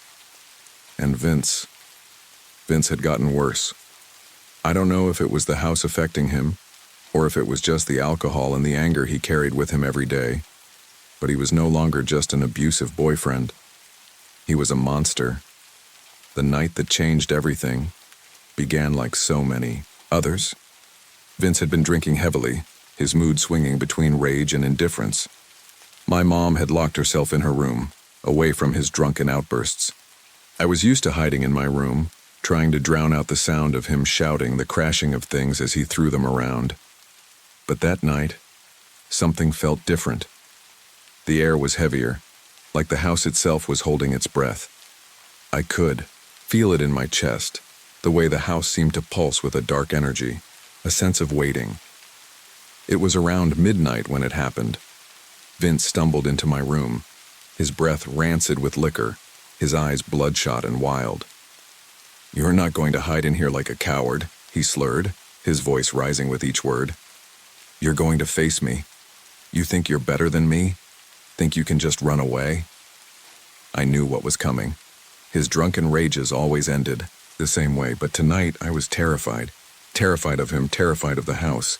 The walls seemed to throb in the dark, the old wood creaking like something was trying to get out. I tried to back away from him, but Vince was too quick. In his drunken fury, he grabbed me by the arm and shoved me toward the closet. "Get in there," he spat, his grip tightening on my wrist like a vice. "You like hiding, don't you? I'll make sure you never forget your place." He shoved me into the small, cramped closet and slammed the door shut behind me. The room spun around me as I hit. The floor, the smell of old clothes and dust overwhelming. I gasped for air, my heart pounding in my chest, but there was no escape. I knew this was his way of punishing me, locking me away, shutting me in the dark like he had so many times before. But this time something was different. Could feel it. The house seemed to close in around me. The walls pulsed like they were breathing, alive with some malevolent force. I heard a soft sound from the dark corners of the closet, something that shouldn't have been there. A faint whisper, like the rustling of fabric, but too soft, too deliberate. I couldn't see it, but I felt it. Then came the worst part. I felt something cold and slick brush against my ear.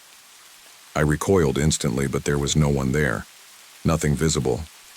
It was as if the darkness itself had touched me. A shiver ran down my spine as I huddled against the wall, trying to breathe through the panic rising in my chest. "Help me," the voice whispered, low and guttural, a rasping breath against my skin. I froze. The voice didn't sound human. It sounded like it came from deep within the earth, as if it were being drawn up from the very foundations of the house. My stomach twisted and I clamped my hands over my ears, trying to block it out. I couldn't move, I couldn't scream. All I could do was sit there, waiting for something terrible to happen. I knew something was waiting in that darkness just beyond my reach. I heard the door to my room slam open. My heart skipped a beat. "Lena!" Vince shouted from outside the closet, his voice filled with rage. "You're going to regret this." But then there was something else, a sound that made my blood run cold, a creaking, like a chair slowly rocking back and forth. I didn't understand. The chairs in the living room, the ones that always seemed to move on their own, they were rocking again, but they weren't in the living room anymore. They were right outside my door. I could hear the rhythmic creak, creak, creak, growing louder, closer, and then the unmistakable sound of Vince's voice. "Lena," he called out. But it wasn't quite right. His voice sounded distorted, far away, as though he were speaking through thick glass. "Lena, help me," the voice repeated. "It's not my fault." I tried to push myself further into the corner of the closet, but the space was too small, too tight. The walls were closing in on me. The house was alive, and it was angry. Angry at Vince. Angry at me. Angry at everyone who had dared to step inside its decaying walls. Then I heard a loud crack, a bone-shattering sound, and I knew it was happening. There was another creak. This time it was too close, too real. It was the chair. I could feel it. And then, silence. I sat there for what felt like hours, too terrified to move, waiting for something to happen, waiting for whatever had happened to Vince to come for me too. I could feel the weight of the house pressing down on me and I couldn't breathe. I wanted to scream, but my voice was stuck in my throat. The air was too thick, the fear too suffocating. And then, just as suddenly as it had all started, it was over. The door to the closet flew open with a violent crash. I looked up, my vision blurry with tears and fear, and saw my mother standing there, her face pale, her eyes wide with terror. "Lena," she whispered, her voice trembling. Vince is dead." I couldn't move. I couldn't speak. I could barely comprehend what she was saying. But I didn't need to ask how it had happened. I knew. I knew what had happened in that chair. I didn't know how long I sat there, but when I finally emerged from the closet, the world seemed different. The house was quiet now. Too quiet. But I couldn't shake the feeling that something had changed. That something in the house had claimed Vince, and now it was watching me. My mother was a wreck, sobbing uncontrollably. But there was a look in her eyes. A look that told me she had known, deep down, that something had always been wrong with that house. The police arrived shortly after, and they called it an accident. They said Vince had fallen in the chair and snapped his neck in a freak fall. But I knew better. I knew the house had taken him. It had claimed him, just like it had claimed everything else before us. The next day, my mother and I packed up our things as quickly as we could and left. We never spoke about what happened that night. We never spoke of 317 Holloway Road again. Years passed, and I moved on, but the memories of that night never left me. There was one last time I drove past that house years later, after everything was said and done. The house was still there, decaying, abandoned, rotting into the ground. I passed it on a quiet, misty afternoon, and there, in the upstairs window, I saw them. Two figures, one tall, one small, staring out at me from behind the glass. And then, I saw the chairs. They were facing the street, watching, waiting. I didn't stop. I never looked back. After that night, things changed in ways I couldn't have predicted. It was like the air itself was different, like the weight of what happened still hung over me, pressing on my chest and making it hard to breathe. It wasn't just the house that had changed. It was me. I couldn't sleep, couldn't think without remembering what I had seen, what I had felt. The house had taken Vince, and it had taken a part of me too. We didn't stay in Black Hollow much longer, after the police left. My mom insisted that we had to leave, that staying there wasn't good for either of us. We packed our things quickly in a daze, and I remember the heaviness in my heart as we walked away from the house. The old wood creaked behind us, the walls, whispering their quiet secrets, but neither of us looked back, not once. We moved to a small apartment in the next town over, far from the mountains and the dark corners of 317 Holloway Road. It should have felt like freedom, but all I felt was hollow. I couldn't shake the images of that house, the way it seemed to breathe, the way it had consumed Vince. And now, every night when I closed my eyes, I could still see the empty chairs, waiting in that living room, staring out the window. I could still hear the creak of those old oak frames rocking back and forth, as if they were waiting for someone new to sit in them. I knew that the house would always be there, in the back of my mind, a looming shadow that I couldn't outrun. My mom tried to help me move on. She pushed for therapy, tried to get me to talk about what had happened, but I couldn't. I couldn't explain it to anyone, couldn't tell them about the creeping sense of dread that had followed me from that house. I wanted to pretend that I could forget, that I could heal. But the truth was, I didn't know how to escape something that had burrowed so deeply into my soul. It wasn't long before I started having dreams. Nightmares, really. In them, I was always back in that house. I would walk through the darkened hallways, the air heavy and cold, and I would hear it again, the faint creaking of those chairs. I would walk into the living room, and there they would be, facing me. But they wouldn't be empty. Someone would be sitting in them. I would try to scream, but the words would never come. I'd try to run, but my legs would be stuck, frozen in place. And then I'd hear Vince's voice, distorted, calling my name. It was always the same. His voice was pleading, but there was something in it that I couldn't quite understand. Something twisted, like he was trapped there, still in that house, and he needed me to come back. I woke up every morning with my heart pounding, drenched in sweat, terrified to fall asleep again, terrified that the house might come back for me in my dreams. And then one afternoon, several years after we had left, I found myself on the road to Black Hollow. I don't know why I went. Maybe it was because I thought I could finally put the house behind me. Maybe it was because the thought of it had haunted me for so long that I needed closure, needed to see it with my own eyes, one last time, to prove that it wasn't real. As I drove through the foggy hills, I saw the familiar twists and turns of the road, the same trees lining the streets, their branches hanging low like they were trying to reach for me. The town looked the same, forgotten, quiet and still, just as it had before. And then, there it was, 317 Holloway Road. The house stood there crumbling, its windows boarded up and its roof sagging under the weight of time. I could see the overgrown yard, the weeds and vines curling around the porch like something trying to keep the house from falling apart completely. It looked like it was dying, just like I had felt. All those years ago, I drove past, slowly, the memories hitting me with each mile, each second. I hadn't meant to stop, I hadn't even meant to look at it. But my hands gripped the steering wheel tighter, and without thinking, I pulled off the road and parked near the edge of the property. Got out of the car, my feet unsteady on the gravel, and looked up at the house.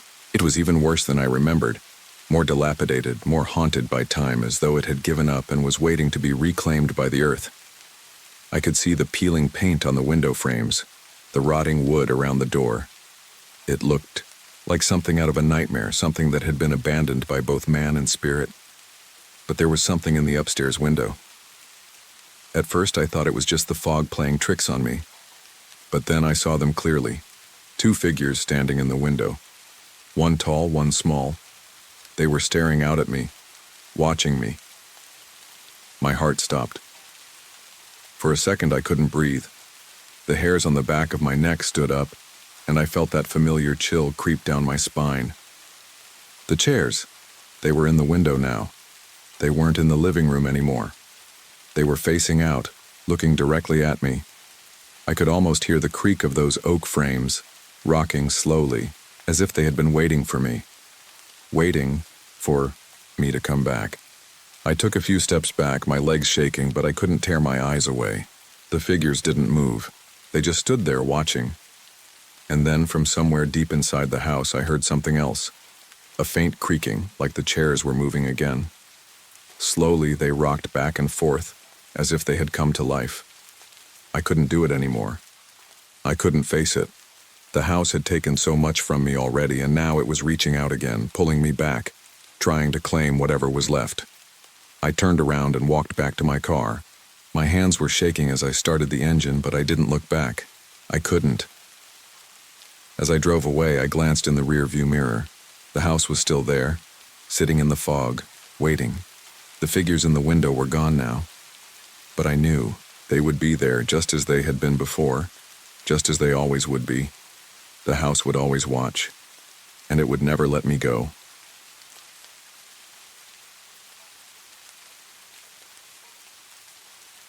In the winter of 1997, I was 21 and thought I knew everything.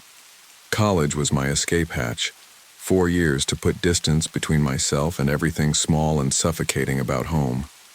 When Priya found the listing for that off-campus house, I jumped at it. Cheap rent, big rooms, close to the woods. It felt like freedom. Looking back, I should have known the price was too good to be real. The place sat at the edge of Blackwood Forest, one of those dense, half-wild patches of trees that people always said were haunted but never seriously avoided. You could still see the lights of town from the upstairs windows, but out there, past midnight, it felt like we were living on the edge of the world. The wind in the trees sounded like voices, and the cold came faster than anywhere else in town. It was me, Priya, and Marcus. We weren't best friends when we moved in, just classmates orbiting the same social groups. Priya was the practical one, biology major, thick glasses, always had a granola bar in her backpack. Marcus was a design student, big into horror movies and conspiracy theories. And me? I was somewhere in the middle. English major with a minor in insomnia. The house had that old, tired feeling when we first walked in, like it was holding its breath. Hardwood floors warped from too many winters, wallpaper peeling in strange shapes. The kind of place you don't so much walk through as tiptoe past the memories. The landlord didn't tell us much, just that it was available, cheap, and not many. People stayed there long. When Marcus asked why, the guy just shrugged. People don't like being alone out here. The woods mess with your head. We moved in anyway. The first few weeks were quiet. We painted the walls, rearranged furniture, held lazy movie nights on the couch with popcorn and cheap beer. It started to feel like home, if home was a little drafty and smelled vaguely of mothballs and old books. It wasn't until mid-January that things started to shift. It began small. A weird tapping sound in the walls at night, our electric kettle boiling even when no one turned it on. I'd hear footsteps in the attic when I was home alone, always pacing, never stopping. I told myself it was raccoons. Marcus was the first to bring up the story. He'd been digging into the house's history. He did that kind of thing for fun, and he came across an article from the 70s. The house had once belonged to a man named Elias Vane, local recluse. Rumors of seances, black candles, even human remains found in the woods nearby. He showed us a grainy old photo, a man with sunken eyes and long fingers, standing in front of the same bay window that now overlooked our living room. Marcus said, the guy was into deep occult stuff. Said he died alone in the house, probably in the attic. That should have been enough to freak us out. But we were college kids. We laughed it off, made jokes about starting our own cult. The weirdness made it exciting. Then Priya found the board. It was tucked behind a false wall in the attic, wrapped in moth-eaten velvet and covered in dust. The Ouija board wasn't the kind you buy at a toy store. It was carved from dark wood, symbols etched in a language none of us recognized. The planchette was heavy, made of some kind of bone. We should have left it there, but we were young, curious, stupid, and once you open the wrong door, you don't always get to shut it again. We waited until a Friday night. Marcus said it was the best time to connect, something about the veil being thinner at the end of the week.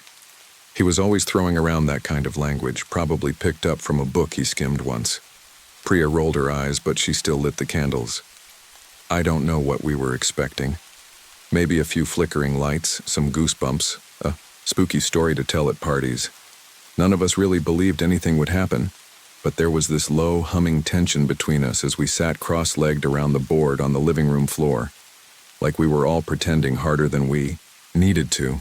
The board felt cold. Not just the wood, but the air around it. Still, we started. Marcus placed his fingers on the planchette and nodded at us. Just light enough to feel it move, he said. Let it guide you.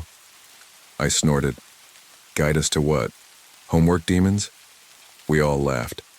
For a second, it was just a stupid game. Then Marcus said, Is anyone here with us? Nothing. I was about to make a joke when the planchette twitched under our fingers. Just a tiny movement, but we all looked at each other. Priya pulled her hand away. You moved it, she said. I didn't, Marcus replied, eyes wide, voice lower than usual. Lena? I didn't, I said too quickly. Maybe I had. Maybe I wanted something to happen. He asked again. Is anyone here? The planchette slid to yes. This time none of us said anything. No one was laughing anymore. Marcus asked, What's your name? It started to move slowly this time. E-L-I-A-S Elias. We all stared at the board. Like Elias Vane? Priya asked, almost in a whisper. I nodded, but I didn't say anything. Something about the air had changed. Not just colder, but thicker, like the room was holding its breath. What do you want? Marcus asked. The planchette moved again. F-U-N. We sat frozen, and then the board just stopped. No more answers. No movement. Just silence. We laughed awkwardly this time and broke the circle. That was probably one of us messing around, I said, though I knew I hadn't moved it. Not even a nudge. My fingers had gone numb halfway through. Still, we chalked it up to nerves. The mind plays tricks when it wants to believe. Priya packed the board in a cardboard box and shoved it in the hall closet. "That's enough fun for one night," she said, but that's when things really started. The next morning, I found a smear of something black under the closet door. Like oil, but thicker. I thought it was just something leaking from a box. Maybe a candle had melted. Later that day, Priya said her TV turned on by itself, just static on the screen, no sound. Then it shut off. When she walked away, it turned back on again. Marcus's room started to smell weird. He said it was just old pipes, but it smelled more like something decaying, like meat left out in the sun. He sprayed air freshener until it made our eyes burn, but the stench always came back. And me? I started dreaming of the board, not playing it, seeing it. Sitting in the middle of the living room, lit by candlelight that flickered without a flame. The planchette would spell out words I couldn't remember when I woke up. But every time I did, I felt watched. I tried to ignore it. We all did. Told ourselves we were just imagining things, that it was college stress, the cold, our minds running wild. But deep down, we knew something had changed. Something had woken up in that house, and it wasn't going back to sleep. I stopped, sleeping well. It wasn't nightmares exactly, more like this uneasy feeling that hovered just beneath the edge of sleep, like I was on the verge of remembering something awful. I'd jolt awake with my heart pounding and my skin clammy like I'd been running or screaming. I'd stare at the ceiling and swear I could hear footsteps in the attic above my room. But that attic was always locked. We didn't have the key, or at least we didn't think we did. Then the wall in my room started to change. It began as a small blotch, just above the headboard, like water damage, but darker. Not brown, like you'd expect, but nearly black. I ran my hand over it. It felt dry, even flaky, like old paint. But every morning it was just bigger. I didn't tell the others at first. It was embarrassing. I figured the house was just old, the pipes leaking behind the plaster. But the smell was something else. It hit me one night around 2 a.m. A thick, rotting stench, like something dead was tucked into the wall. I opened the window, sprayed half a can of Febreze, but it wouldn't go away. I actually gagged trying to sleep. I started keeping a towel under the door, just to block the scent. The next morning, Marcus was in the kitchen when I came down. He looked like hell, shirt wrinkled, eyes red-rimmed like he hadn't slept either. He poured cereal into a bowl, stared at it a second, and then threw the whole thing in the trash. "Spoiled?" I asked. He didn't answer, just mumbled. Smelled like something died in it. That's when Priya came in, phone in hand. "Okay, you guys, this is messed up. I recorded something last night." She played the video and we all leaned in. It was just her bedroom, nothing happening. Then came a tapping sound, rhythmic, from inside the wall. 3 knocks, then silence. A pause, then 3 more. And on it went. "It started around 1, she said. I thought it was the wind, but it kept going for hours. Same pattern. Always 3. Marcus said nothing, just rubbed his temples, like he had a headache that wouldn't quit. Later that day, we checked the walls. Nothing obvious. No pipes where the knocking came from. No mice or raccoons. The landlord didn't answer when we called. No surprise there. He barely answered when the heating broke. Then the electronics started acting up. My phone would buzz in the middle of the night. No texts, no calls. Just this weird, garbled static in my earbuds when I plugged them in. One time, my voicemail lit up. When I checked it, it was just breathing.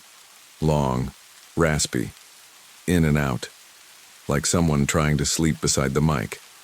I deleted it without listening again. Priya's laptop reset itself twice in one day. Marcus swore his TV, flickered on at 3:13 a.m., every single night, tuned to pure static.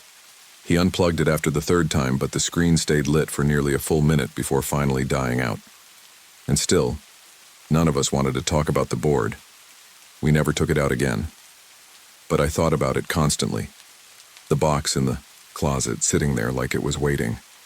I'd pass the hallway and feel it. This pull like gravity was just a little off in that spot. Like something behind the door was listening, I started dreaming of the name again. Elias. In one dream, I was in the attic. I don't remember walking up there. I was just there, kneeling in front of the board. The planchette was moving, spelling, words too fast for me to keep up. I tried to look away, but I couldn't. My hands were stuck to it, glued or frozen, I don't know. When I woke up, I had splinters in my fingers. Actual splinters. No one else believed me. I barely believed me, but something had started. A rot. Not just in the house, but in us. And whatever was behind it, whatever we'd called up with that board, wasn't finished. By the third week, the silence between us was louder than anything the house could throw at us. We still ate meals together, but barely spoke. Everyone looked tired, like they were aging in fast forward. I noticed Priya had started sleeping on the couch with the TV on. She said her bedroom felt wrong. When I pressed her, she said, "I can hear breathing under my bed." Just like that. Calm. Matter of fact. Like it was something she'd accepted. Marcus was worse. He barely left his room. We'd knock to check on him, and sometimes he wouldn't answer at all. When he did, he'd open the door just enough to show one bloodshot. And mumble, "I'm fine." The room behind him was a mess. Clothes on the floor, curtains closed tight, and I swear I saw salt poured in a circle around his bed. He was a psych major, rational, methodical. If he was scared, something was seriously off. That was when the attic door opened, not dramatically. No creak of floorboards, no moaning hinges, just open. We woke up to find it that way one morning, slightly ajar, like it had been waiting. None of us admitted to going up there. None of us even wanted to. Go up there, but we had to. We were breaking, all of us. Sleep-deprived, paranoid, and terrified. That kind of fear, it poisons everything. You start thinking maybe your friends are lying, maybe they're part of it, or worse, maybe you're losing it. We waited until late, afternoon when the light was still good. Marcus held a flashlight, knuckles white around the grip. I took the lead, climbing the narrow staircase, each step groaning under my weight. The air grew colder the higher we climbed. Not like a draft. It felt intentional, like something didn't want us up there but also did. The attic smelled like burned hair and dust, thick and sour. There wasn't much inside, just boxes, old trunks, cobwebs so heavy they looked like gauze. But in the far corner, near the eaves, we saw it. The board. We hadn't brought it up there. It was supposed to be in the hallway closet. Marcus stepped toward it first. The flashlight flickered in his hand. He paused and asked quietly, "Do you guys hear that?" I didn't hear anything at first, just the creaking of the old beams under our feet. But then I picked it up, faint, dragging, like something heavy being pulled across the floor. Not fast, not threatening, just slow, relentless. From the shadows beyond the board, we backed away. But then Lena, God help her, she stepped forward. Just one step, and that's when it grabbed her. No hands, no visible shape. Just this cold rush of air and a force that yanked her ankle hard enough to knock her off her feet. She screamed, a raw, choking sound, and tumbled backwards down the attic stairs. It felt like time stopped. Her body hit each step like a rag doll, her flashlight clattering behind her, finally resting at the bottom in a twisted heap. She was crying, not from pain, but from shock. Her ankle was already turning purple.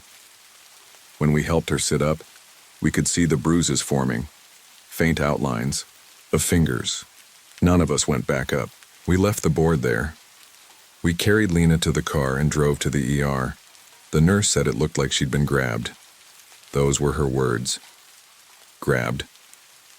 She tried to laugh it off, but the look in her eyes gave her away. Back at the house, the attic door was closed again. No one admitted to doing it. That night I dreamed of the board again, but this time the planchette didn't move. It just stared at me, Somehow I knew it was watching, and when I woke up, I found a word scratched into the dust on my mirror. Stay. I don't remember who said it first, maybe Priya, maybe me, but the words came out like a shared breath. We have to destroy it. The house was swallowing us. Not fast like in movies, but slow, like rot, quiet and steady and deep.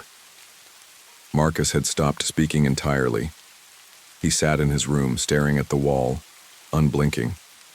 We stopped trying to get through to him after he called 911 because someone was in the mirror. The cops came, gave us that look like we were just more college kids doing drugs, and left. The day after Lena fell, she couldn't stop crying. She sat on the couch with her ankle wrapped, a hoodie drawn up over her head, rocking like she was trying to disappear. I caught her whispering under her breath, "Don't say its name. Don't say its name." I didn't ask what she meant. We waited until just before midnight. I don't know why. Maybe we wanted it to know. Maybe we wanted to make it personal. The air in the house felt heavy that night, like breathing through wet wool. We went to the attic. Lena stayed behind. Her ankle still looked like hell. The board was right where we left it, only now it was different. The letters were deeper, gouged in like claw marks. The planchette was sitting in the center, waiting, almost smug. Marcus stood behind us, silent, holding the gas can. Priya held the lighter. Her hand was shaking. We didn't say any words. No ritual. No chanting. We just took it outside. The sky was black and cloudless. The moon felt way too bright. We laid the board in the fire pit, poured the gasoline until the air stank of it. I stepped back. Priya flicked the lighter. It took on the first try. The fire roared up, blue and green, flames licking the air. It should have smelled like burning wood, but it didn't. It smelled like hospitals and sulfur and something deeper, like a forgotten basement. And beneath the crackle of fire, we heard it. Not in our ears, but in our bones. Screaming. Long and shrill like a child's.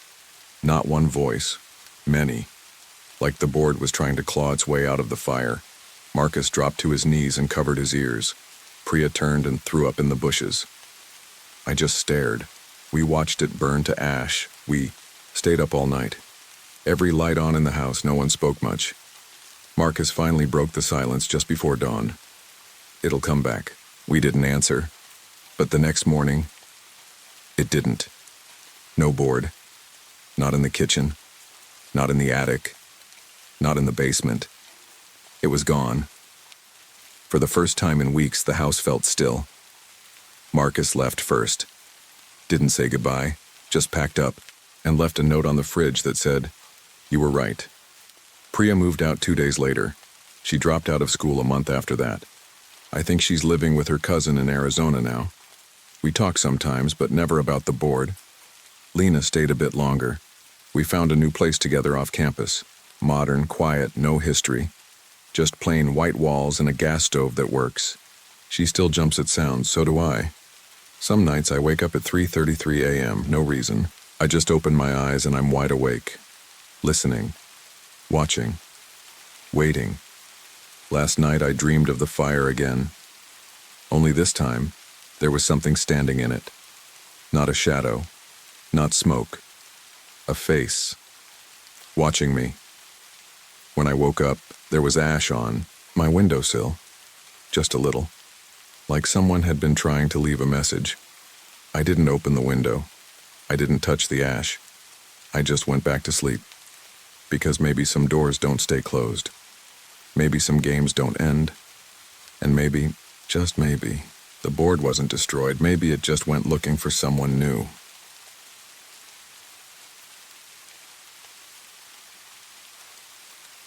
It was a quiet morning in late October when I first drove down the winding dirt path leading to the farmhouse.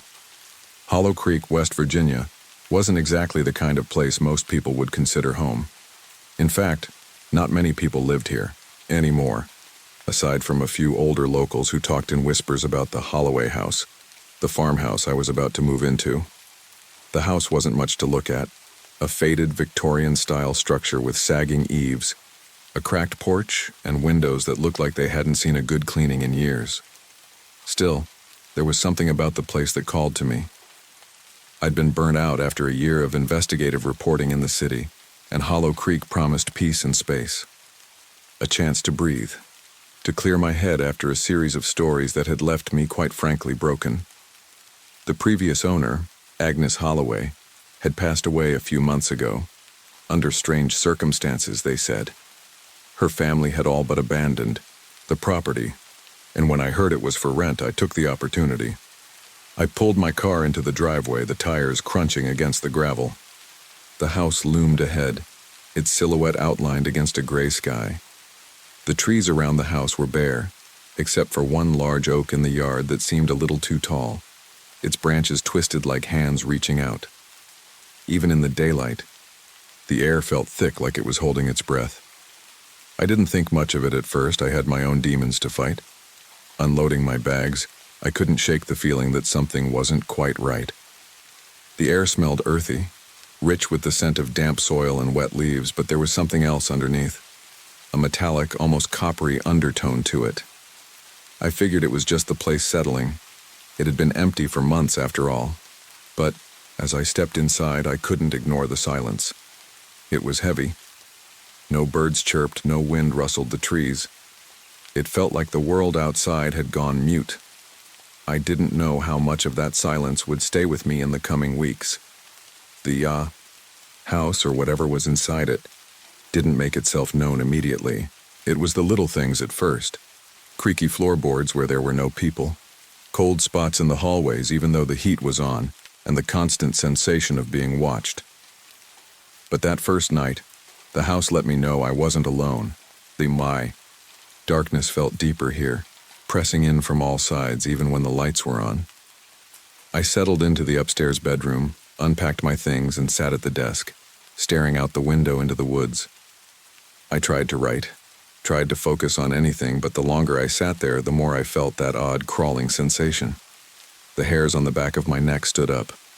I remember the exact moment I looked up. Through the bedroom window, I saw the first snowflakes fall. It wasn't expected. I hadn't even checked the weather that day. But the snow came gently, softly at first, covering the yard and trees in a delicate white blanket. At some point, I must have fallen asleep. When I woke, the moon was high in the sky. I didn't know what time it was, but the silence had changed. It wasn't just quiet. It was still. The kind of stillness that makes you feel like you're the only living thing in the world. I got up, walking to the window again.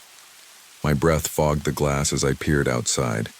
The snow had piled up thicker now, and as my eyes scanned the ground, I saw something that made my stomach twist. Footprints. Barefoot footprints, leading from the edge of the woods directly up to my bedroom window. They were fresh. The snow hadn't settled enough for them to be old. But there was something else that chilled me to the core. No tracks led away from the window. I pressed my palm to the glass, the cold biting through my skin, as if the window itself was alive. There, in the snow, were those footprints, heading right up to the house and stopping right beneath my window. The sensation of being watched returned with a vengeance. My pulse quickened, my heart hammering in my chest. I pulled away from the window and stumbled backward, nearly tripping over the edge of the bed. I tried to convince myself it was just some strange local thing, maybe an animal or someone playing, a prank. But deep down I knew better. I'd been a journalist long enough to recognize the feeling of something wrong. I couldn't just ignore it. I grabbed my coat and stepped outside, hoping to find some explanation, anything. But when I opened the door and stepped onto the porch, the cold wind hit me, and the night seemed to press in on me all at once. The footprints were still there, dozens of them. They'd multiplied. A patch of the snow near my window was covered in small, evenly spaced prints, all pointing toward the house. They weren't just in front of the window anymore. They were all around it, like something had circled the house. And still, there were no tracks leading away. The air felt different now, charged with something I couldn't name. It wasn't just cold. It was oppressive. The kind of cold that seeps into your bones. I don't know how long I stood there, staring at the prints, the wind howling around me. But then, a sound cut through the stillness. 3 slow, deliberate knocks. Against the window I froze, my mind raced. I didn't want to turn around, but I had to. Slowly I looked up toward the bedroom window. There, behind the glass, were 2 dark shapes, just silhouettes, like shadows. The same shadows I'd seen earlier in the day, and the knocking continued. Didn't wait to hear the last one. I turned and bolted back inside the house, locking the door behind me. My hands shook as I fumbled for my phone. The screen lit up in the dim light, but there was no signal. I tried again. No bars. I didn't know what to do next. The night passed in a blur of unease and restless sleep, though it felt more like a waking nightmare. I couldn't stop thinking about those footprints or the slow, deliberate knocks against the window. I kept replaying it in my mind over and over, wondering if I had imagined it, or if something truly had knocked on my window. I told myself it was the wind or a trick of my tired mind, but deep down I knew it wasn't. The next day I couldn't shake the feeling that I was being watched. It was as if the house itself was alive, breathing with a slow, unsettling rhythm. The air felt too thick, pressing in on me wherever I went. I had tried to make myself busy, unpacking the last of my things and setting up my office in one of the back rooms, hoping that I could push aside the strange feeling. But every time I walked through the house, I felt that prickling sensation on the back of my neck. By mid-afternoon, I decided to take a break and step outside, hoping the fresh air would clear my head. I grabbed my jacket, zipped it up against the cold, and stepped out the front door. The snow had stopped falling, and there was a quiet calm that had settled over everything. The kind of calm that doesn't feel peaceful, just empty. I wandered out into the yard, breathing in the sharp, crisp air. The snow covered everything in a blanket of white, muffling the world around me. I walked past the large oak tree, my boots crunching on the fresh snow. The quiet was almost unnerving, but the world looked so still. I thought maybe it would be all right to take a walk. That's when I saw it. At the edge of the tree line, just beyond the first row of pines, there stood a stag. It wasn't unusual to see deer around here, especially in the winter when they came down from the mountains looking for food. But this one was different. It didn't move, didn't flinch when it noticed me. I froze in place, unsure of what to make of it. The stag's antlers were massive, gnarled like twisted branches, and its coat was so dark it almost blended into the shadows of the forest. But what struck me the most were its eyes, black, solid, shiny, black, not like any deer I had ever seen. Stepped forward slowly, my eyes never leaving its. My feet were barely making a sound as I walked closer, but the stag didn't budge. I stopped just a few feet away from the tree line, close enough that I could see the sharp outline of its body against the snow. And then it did something I'll never forget. It tilted its head. Slowly, deliberately, it tilted its head toward me, its eyes never leaving mine. There was something almost calculating about it. A chill ran through my body. My instincts screamed that I should turn around, get back inside the house, but I couldn't move. It was like the air itself had frozen around me. Then, just as I thought I might take a step back, it did something that left my heart racing in my chest. The stag opened its mouth. I thought at first I must have been seeing things, but no. I could see it clearly. The stag's mouth stretched wide, and inside I saw rows of needle-like teeth. It wasn't a jaw like an animal's. It was something else, something that didn't belong in nature. The teeth were sharp, gleaming white against the dark interior of its mouth, and they glistened with an unnatural sheen. I blinked, trying to convince myself that I was imagining it. But when I opened my eyes, the stag was still there, still watching me, still opening its mouth wider. I felt my stomach churn, the air thickening around me. The sound that followed was a low, guttural growl, but it didn't come from the stag's throat. It was deeper, like the earth itself was growling in response to something. My legs finally moved, and I took a step back. The stag didn't move. It just stood there, its eyes locked on mine, its mouth slightly open as though waiting for something. Heart was hammering in my chest and I didn't know what to do. I turned quickly, heading back toward the house without looking over my shoulder. I heard the sound of the snow crunching beneath my boots, but I could still feel the weight of the stag's gaze on my back. I didn't stop until I was safely inside, slamming the door behind me. I leaned against it, trying to steady my breath. What had just happened? Was I losing my mind, or had I really seen what I thought I had seen? I tried to shake it off, but the feeling of dread settled deeper into my bones. The house was eerily quiet again, but this time it felt different, like there was something wrong inside as well as out. As I stood there trying to collect myself, I noticed something out of the corner of my eye, the window, the same one where I had seen those footprints the night before. Something flickered in the corner of the glass. I looked up, and my heart skipped a beat. There, hovering just beyond the tree line, was a faint orange light. It was small at first, almost like a candle flame, but it pulsed, slowly brightening and dimming. I walked closer to the window, my heart racing, unsure of what I was seeing. The light was moving. At first, I thought it was a reflection, but the glow didn't match anything inside the house. It was coming from outside, from the woods. The orb darted between the trees, moving erratically but with an unsettling speed. It didn't make sense. Lights don't move like that. I grabbed my phone and hit record, hoping to capture something, anything, that might explain what I was seeing. But as soon as I hit the button, the orb darted closer, faster than I could track, and before I could react, it was right in front of the window. The phone camera picked it up, a small, flickering, flame-like ball of light. But then, just as I was about to zoom in, the orb vanished. No trail, no trace. I was left staring at the empty yard, wondering if my mind was playing tricks on me. But then I heard it. A whisper. It wasn't loud, but it was clear, and it came through the phone's audio like a soft, rasping breath. "We see you." The blood drained from my face. My grip tightened on the phone.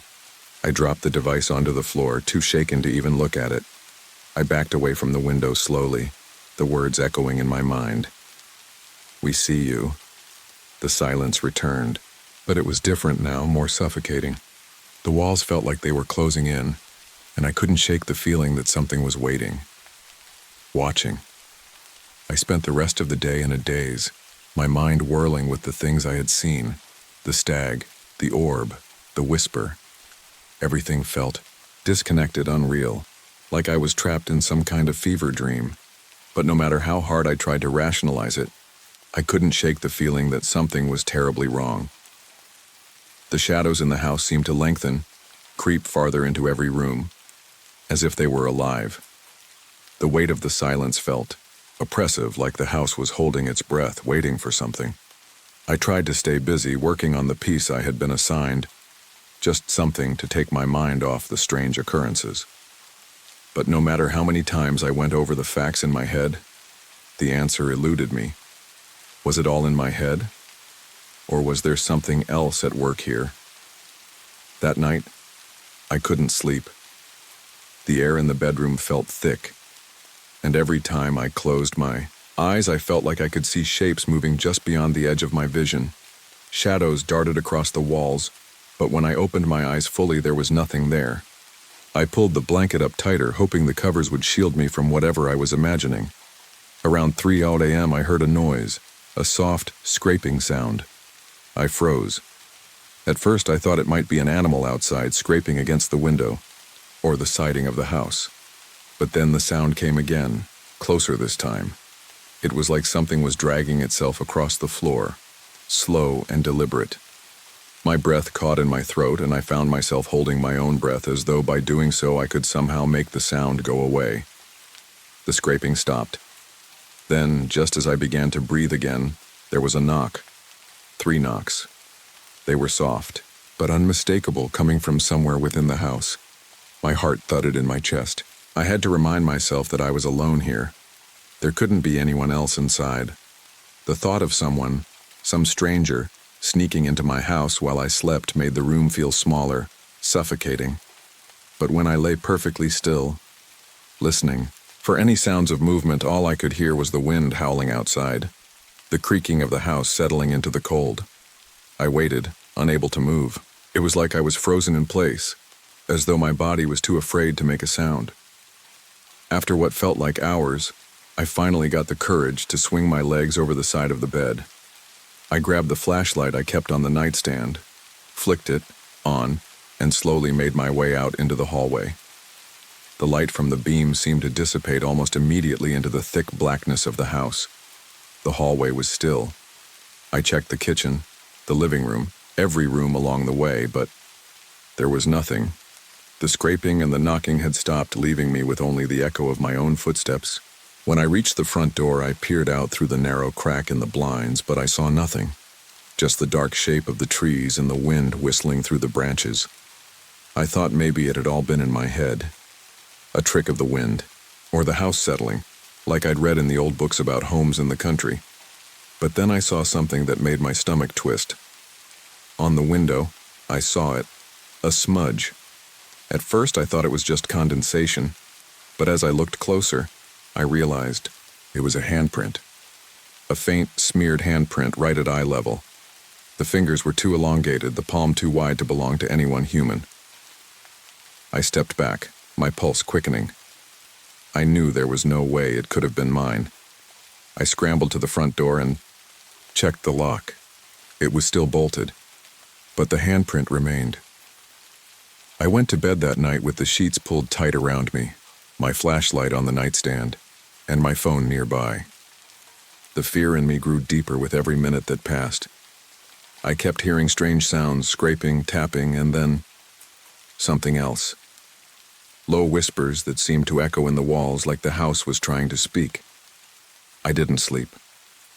Not a wink. The next day, I decided to take a walk into the woods. The fresh air might help clear my mind, I thought, but deep down I wasn't sure why I felt the need to go. Something was pulling me toward the trees. I grabbed my coat, locked the door behind me, and headed out toward the tree line, trying to ignore the gnawing feeling that was growing in my stomach. As I walked deeper into the woods, the air grew colder. The trees loomed above me, their skeletal branches creaking in the wind, casting long shadows that made me feel smaller, insignificant. I couldn't help but feel like something was watching me, though I couldn't see anything. Every time I stopped to listen, all I could hear was the wind and the occasional snap of a twig beneath my feet.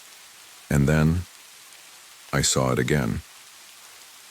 The orange light, was distant at first, like a tiny flicker deep in the woods. But as I walked closer, the glow intensified, growing larger and more pronounced. It pulsed in the distance like some kind of living thing, almost like it was breathing, expanding and contracting in a steady rhythm. I pulled out my phone and recorded it, just as I had the night before. But as soon as the video started, the orb darted away from the trees, moving at a speed that defied logic.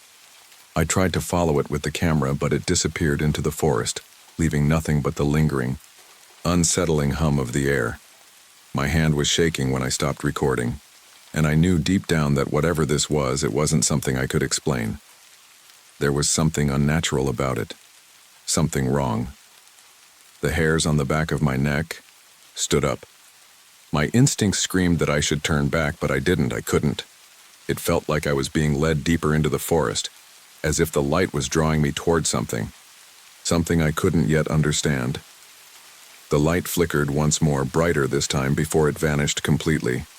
I stood frozen for what felt like an eternity, not knowing what to do or where to go. But then, as if on cue, I heard the sound, again. The same scraping, dragging sound. This time it was close. Too close. It came from behind me, from the direction of the house. I spun around, but there was nothing there. Only the rustling of leaves in the wind, but I knew I wasn't alone anymore. That night, when I finally returned to the farmhouse, the silence felt even heavier than before. It was suffocating. The house seemed to have absorbed the tension from the woods, and now it felt like something was brewing, something on the verge of breaking. I tried to tell myself it was just the isolation getting to me, that the eeriness of Hollow Creek was playing tricks on my mind. But deep down, I knew better. I didn't know how long I could keep up this charade pretending I wasn't terrified, but what was worse? Admitting to myself that something was wrong or pretending everything was fine and letting the house swallow me whole? When I opened the door to the farmhouse, I was immediately hit by the familiar smell of old wood and damp earth. It was the scent of a house that had sat undisturbed for too long, a house that had secrets it didn't want to share. I felt it in my bones. The walls were watching. I tried to turn on the lights, but the bulbs flickered in defiance, and I could hear the soft buzz of electrical wires protesting. The house had an old wiring system, but this felt different. The flickering didn't stop like it usually did when the electricity was weak. It seemed deliberate, like the house was trying to communicate, trying to tell me something I wasn't ready to hear. I grabbed my flashlight and went to the kitchen. My mind kept replaying the events from earlier in the woods. The light, the whisper, the way it felt like I was being followed. But there was no point in trying to make sense of it. There was only one thing I could do now: document everything, get the truth out, and hopefully make it back to town alive. I sat down at the table and pulled out my laptop, my hands shaking as I typed. But before I could even finish my first sentence, I heard it again, a thump. It was muffled, coming from above. I froze. My heart thudded in my chest. It wasn't the sound of something falling or shifting. It was deliberate, like someone or something was pacing across the floor above me. I quickly stood up, my chair scraping against the wooden floor. I grabbed the flashlight, shining it toward the stairs, but the beam only revealed the darkened hallway leading up to the second floor. The house was empty, I reminded myself. There was no one here but me. But the thumping continued. The sound was closer now, growing louder, almost as though whatever was upstairs was drawing nearer. I couldn't take it anymore. I had to go up there. With each step I took, the thumping grew more frantic. By the time I reached the top of the stairs, I was nearly out of breath, my heart pounding against my ribs. I stood in the hallway listening. The air was thick, the silence palpable, except for that constant thumping, like something was crawling across the floor. I couldn't explain it, but I knew something was in the attic. I approached the door, slowly, my hand gripping the handle. The air felt colder here, colder than any other part of the house.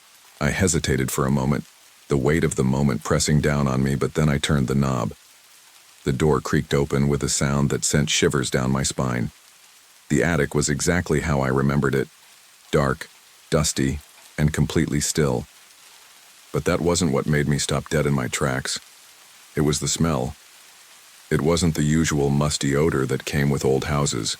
It was something far worse, something rotten and metallic, like blood mixed with decay. My stomach churned and I nearly gagged, but I forced myself to step forward. The flashlight flickered as I moved deeper into the attic, illuminating only parts of the old, forgotten boxes and broken furniture that had been left behind. And that's when I saw it. In the far corner of the room, there was a large, dark stain on the wooden floor. At first, I thought it was just dirt or mold, but the longer I stared at it, the more it looked like something was seeping from beneath the floorboards. The dark substance was thick and slick, and it seemed to pulse, as if it were alive. I backed, away from it slowly, my instinct screaming at me to turn and run. But just as I turned, I heard the sound again, the dragging. It was coming from behind me. The flashlight flickered one last time before dying, and then the room plunged into complete darkness. I could barely make out anything, but I knew something was moving. Slowly, I reached into my pocket and pulled out my phone, using the dim light to guide me. But as I did, the noise stopped. A low, unsettling silence fell over the attic. My breath came in shallow gasps as I turned to face the center of the room. The air seemed heavier now, thick with the stench of decay. I could feel it pressing in on me, making it hard to breathe. Then, in the farthest corner, something moved. I froze, my heart hammering in my chest. It wasn't the wind, it wasn't anything natural. Something had just shifted in the shadows, something that didn't belong there. Before I could react, I heard it. A whisper, faint but clear. coming from the direction of the stain on the floor. Leave. I stumbled back, my legs unsteady as panic surged through me. The whisper came again, this time louder, more insistent, as if whatever was in the room with me was demanding I go. The door to the attic slammed shut. I rushed toward it, my hands desperately trying to twist the knob, but it wouldn't budge.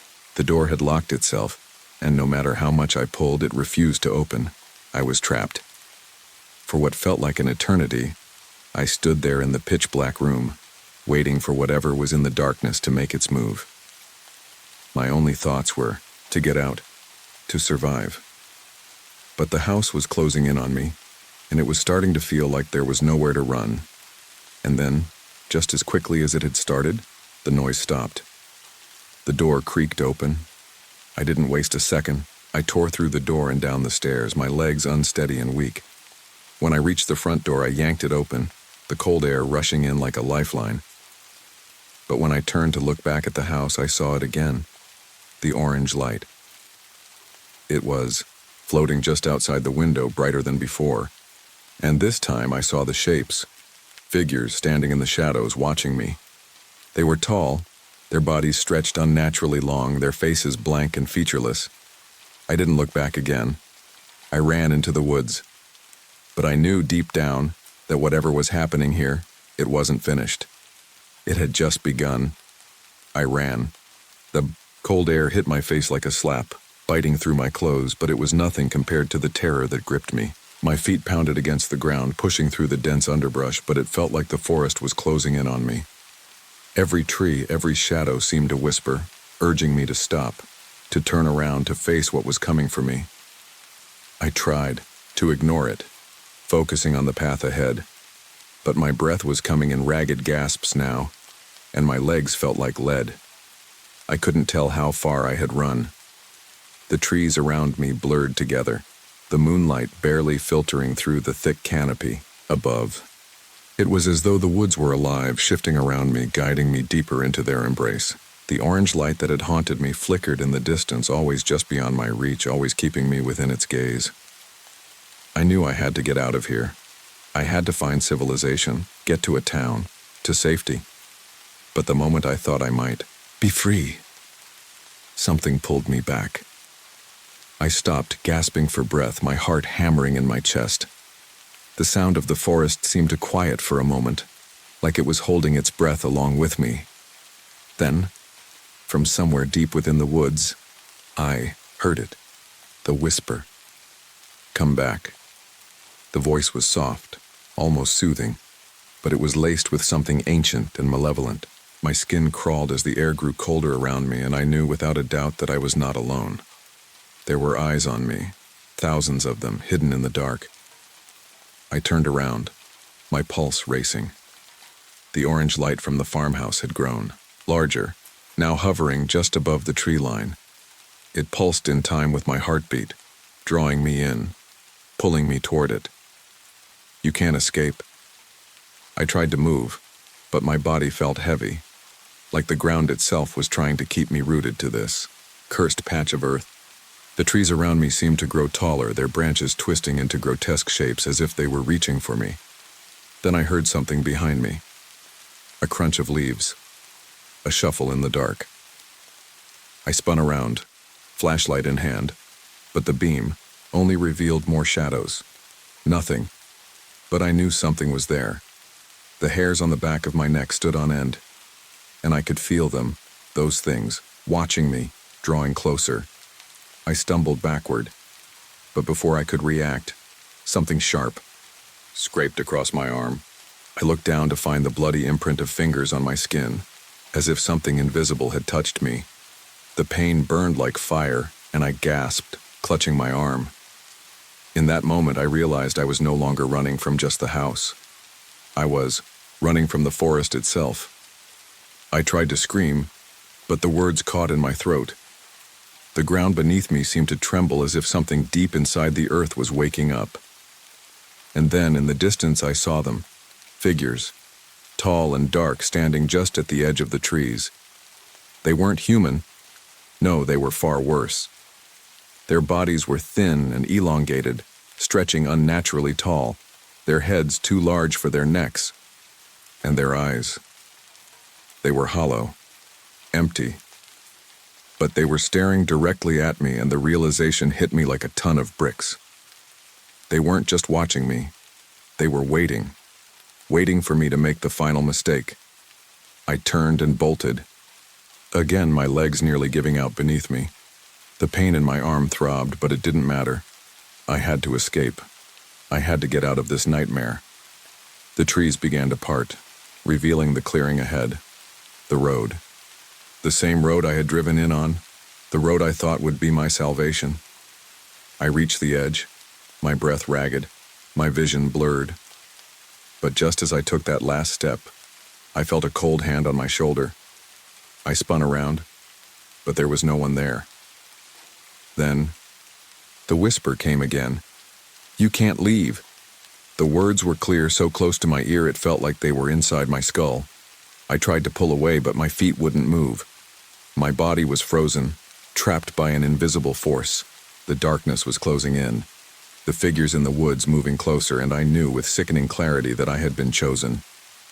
A sharp pain shot through my chest, and I gasped for air as them, began to pull me back toward the forest, toward the farmhouse. I struggled, but it was futile. Whatever was happening to me wasn't something I could outrun. The woods had already claimed me. The watchers had already marked me. As I was dragged back into the trees, my mind started to unravel. I tried to scream, but my voice was swallowed by the oppressive silence of the woods. And in the last moments of my consciousness, I understood the truth. The house, the forest, the figures in the dark, they were not separate, they were one. And they had been watching all along. They were waiting, and I had played their game. Weeks passed, and the farmhouse sat abandoned once more. No one dared go near Hollow Creek. There were rumors of strange lights in the woods and whispers of a man who had gone missing, his last known location traced to the farmhouse. But those who ventured too close would never return. The road to Hollow Creek remained empty, save for the occasional flicker of an orange light in the farmhouse window. And if you happened to pass by on a quiet night and look toward the woods, you might catch a glimpse of something watching, waiting. The watchers never leave.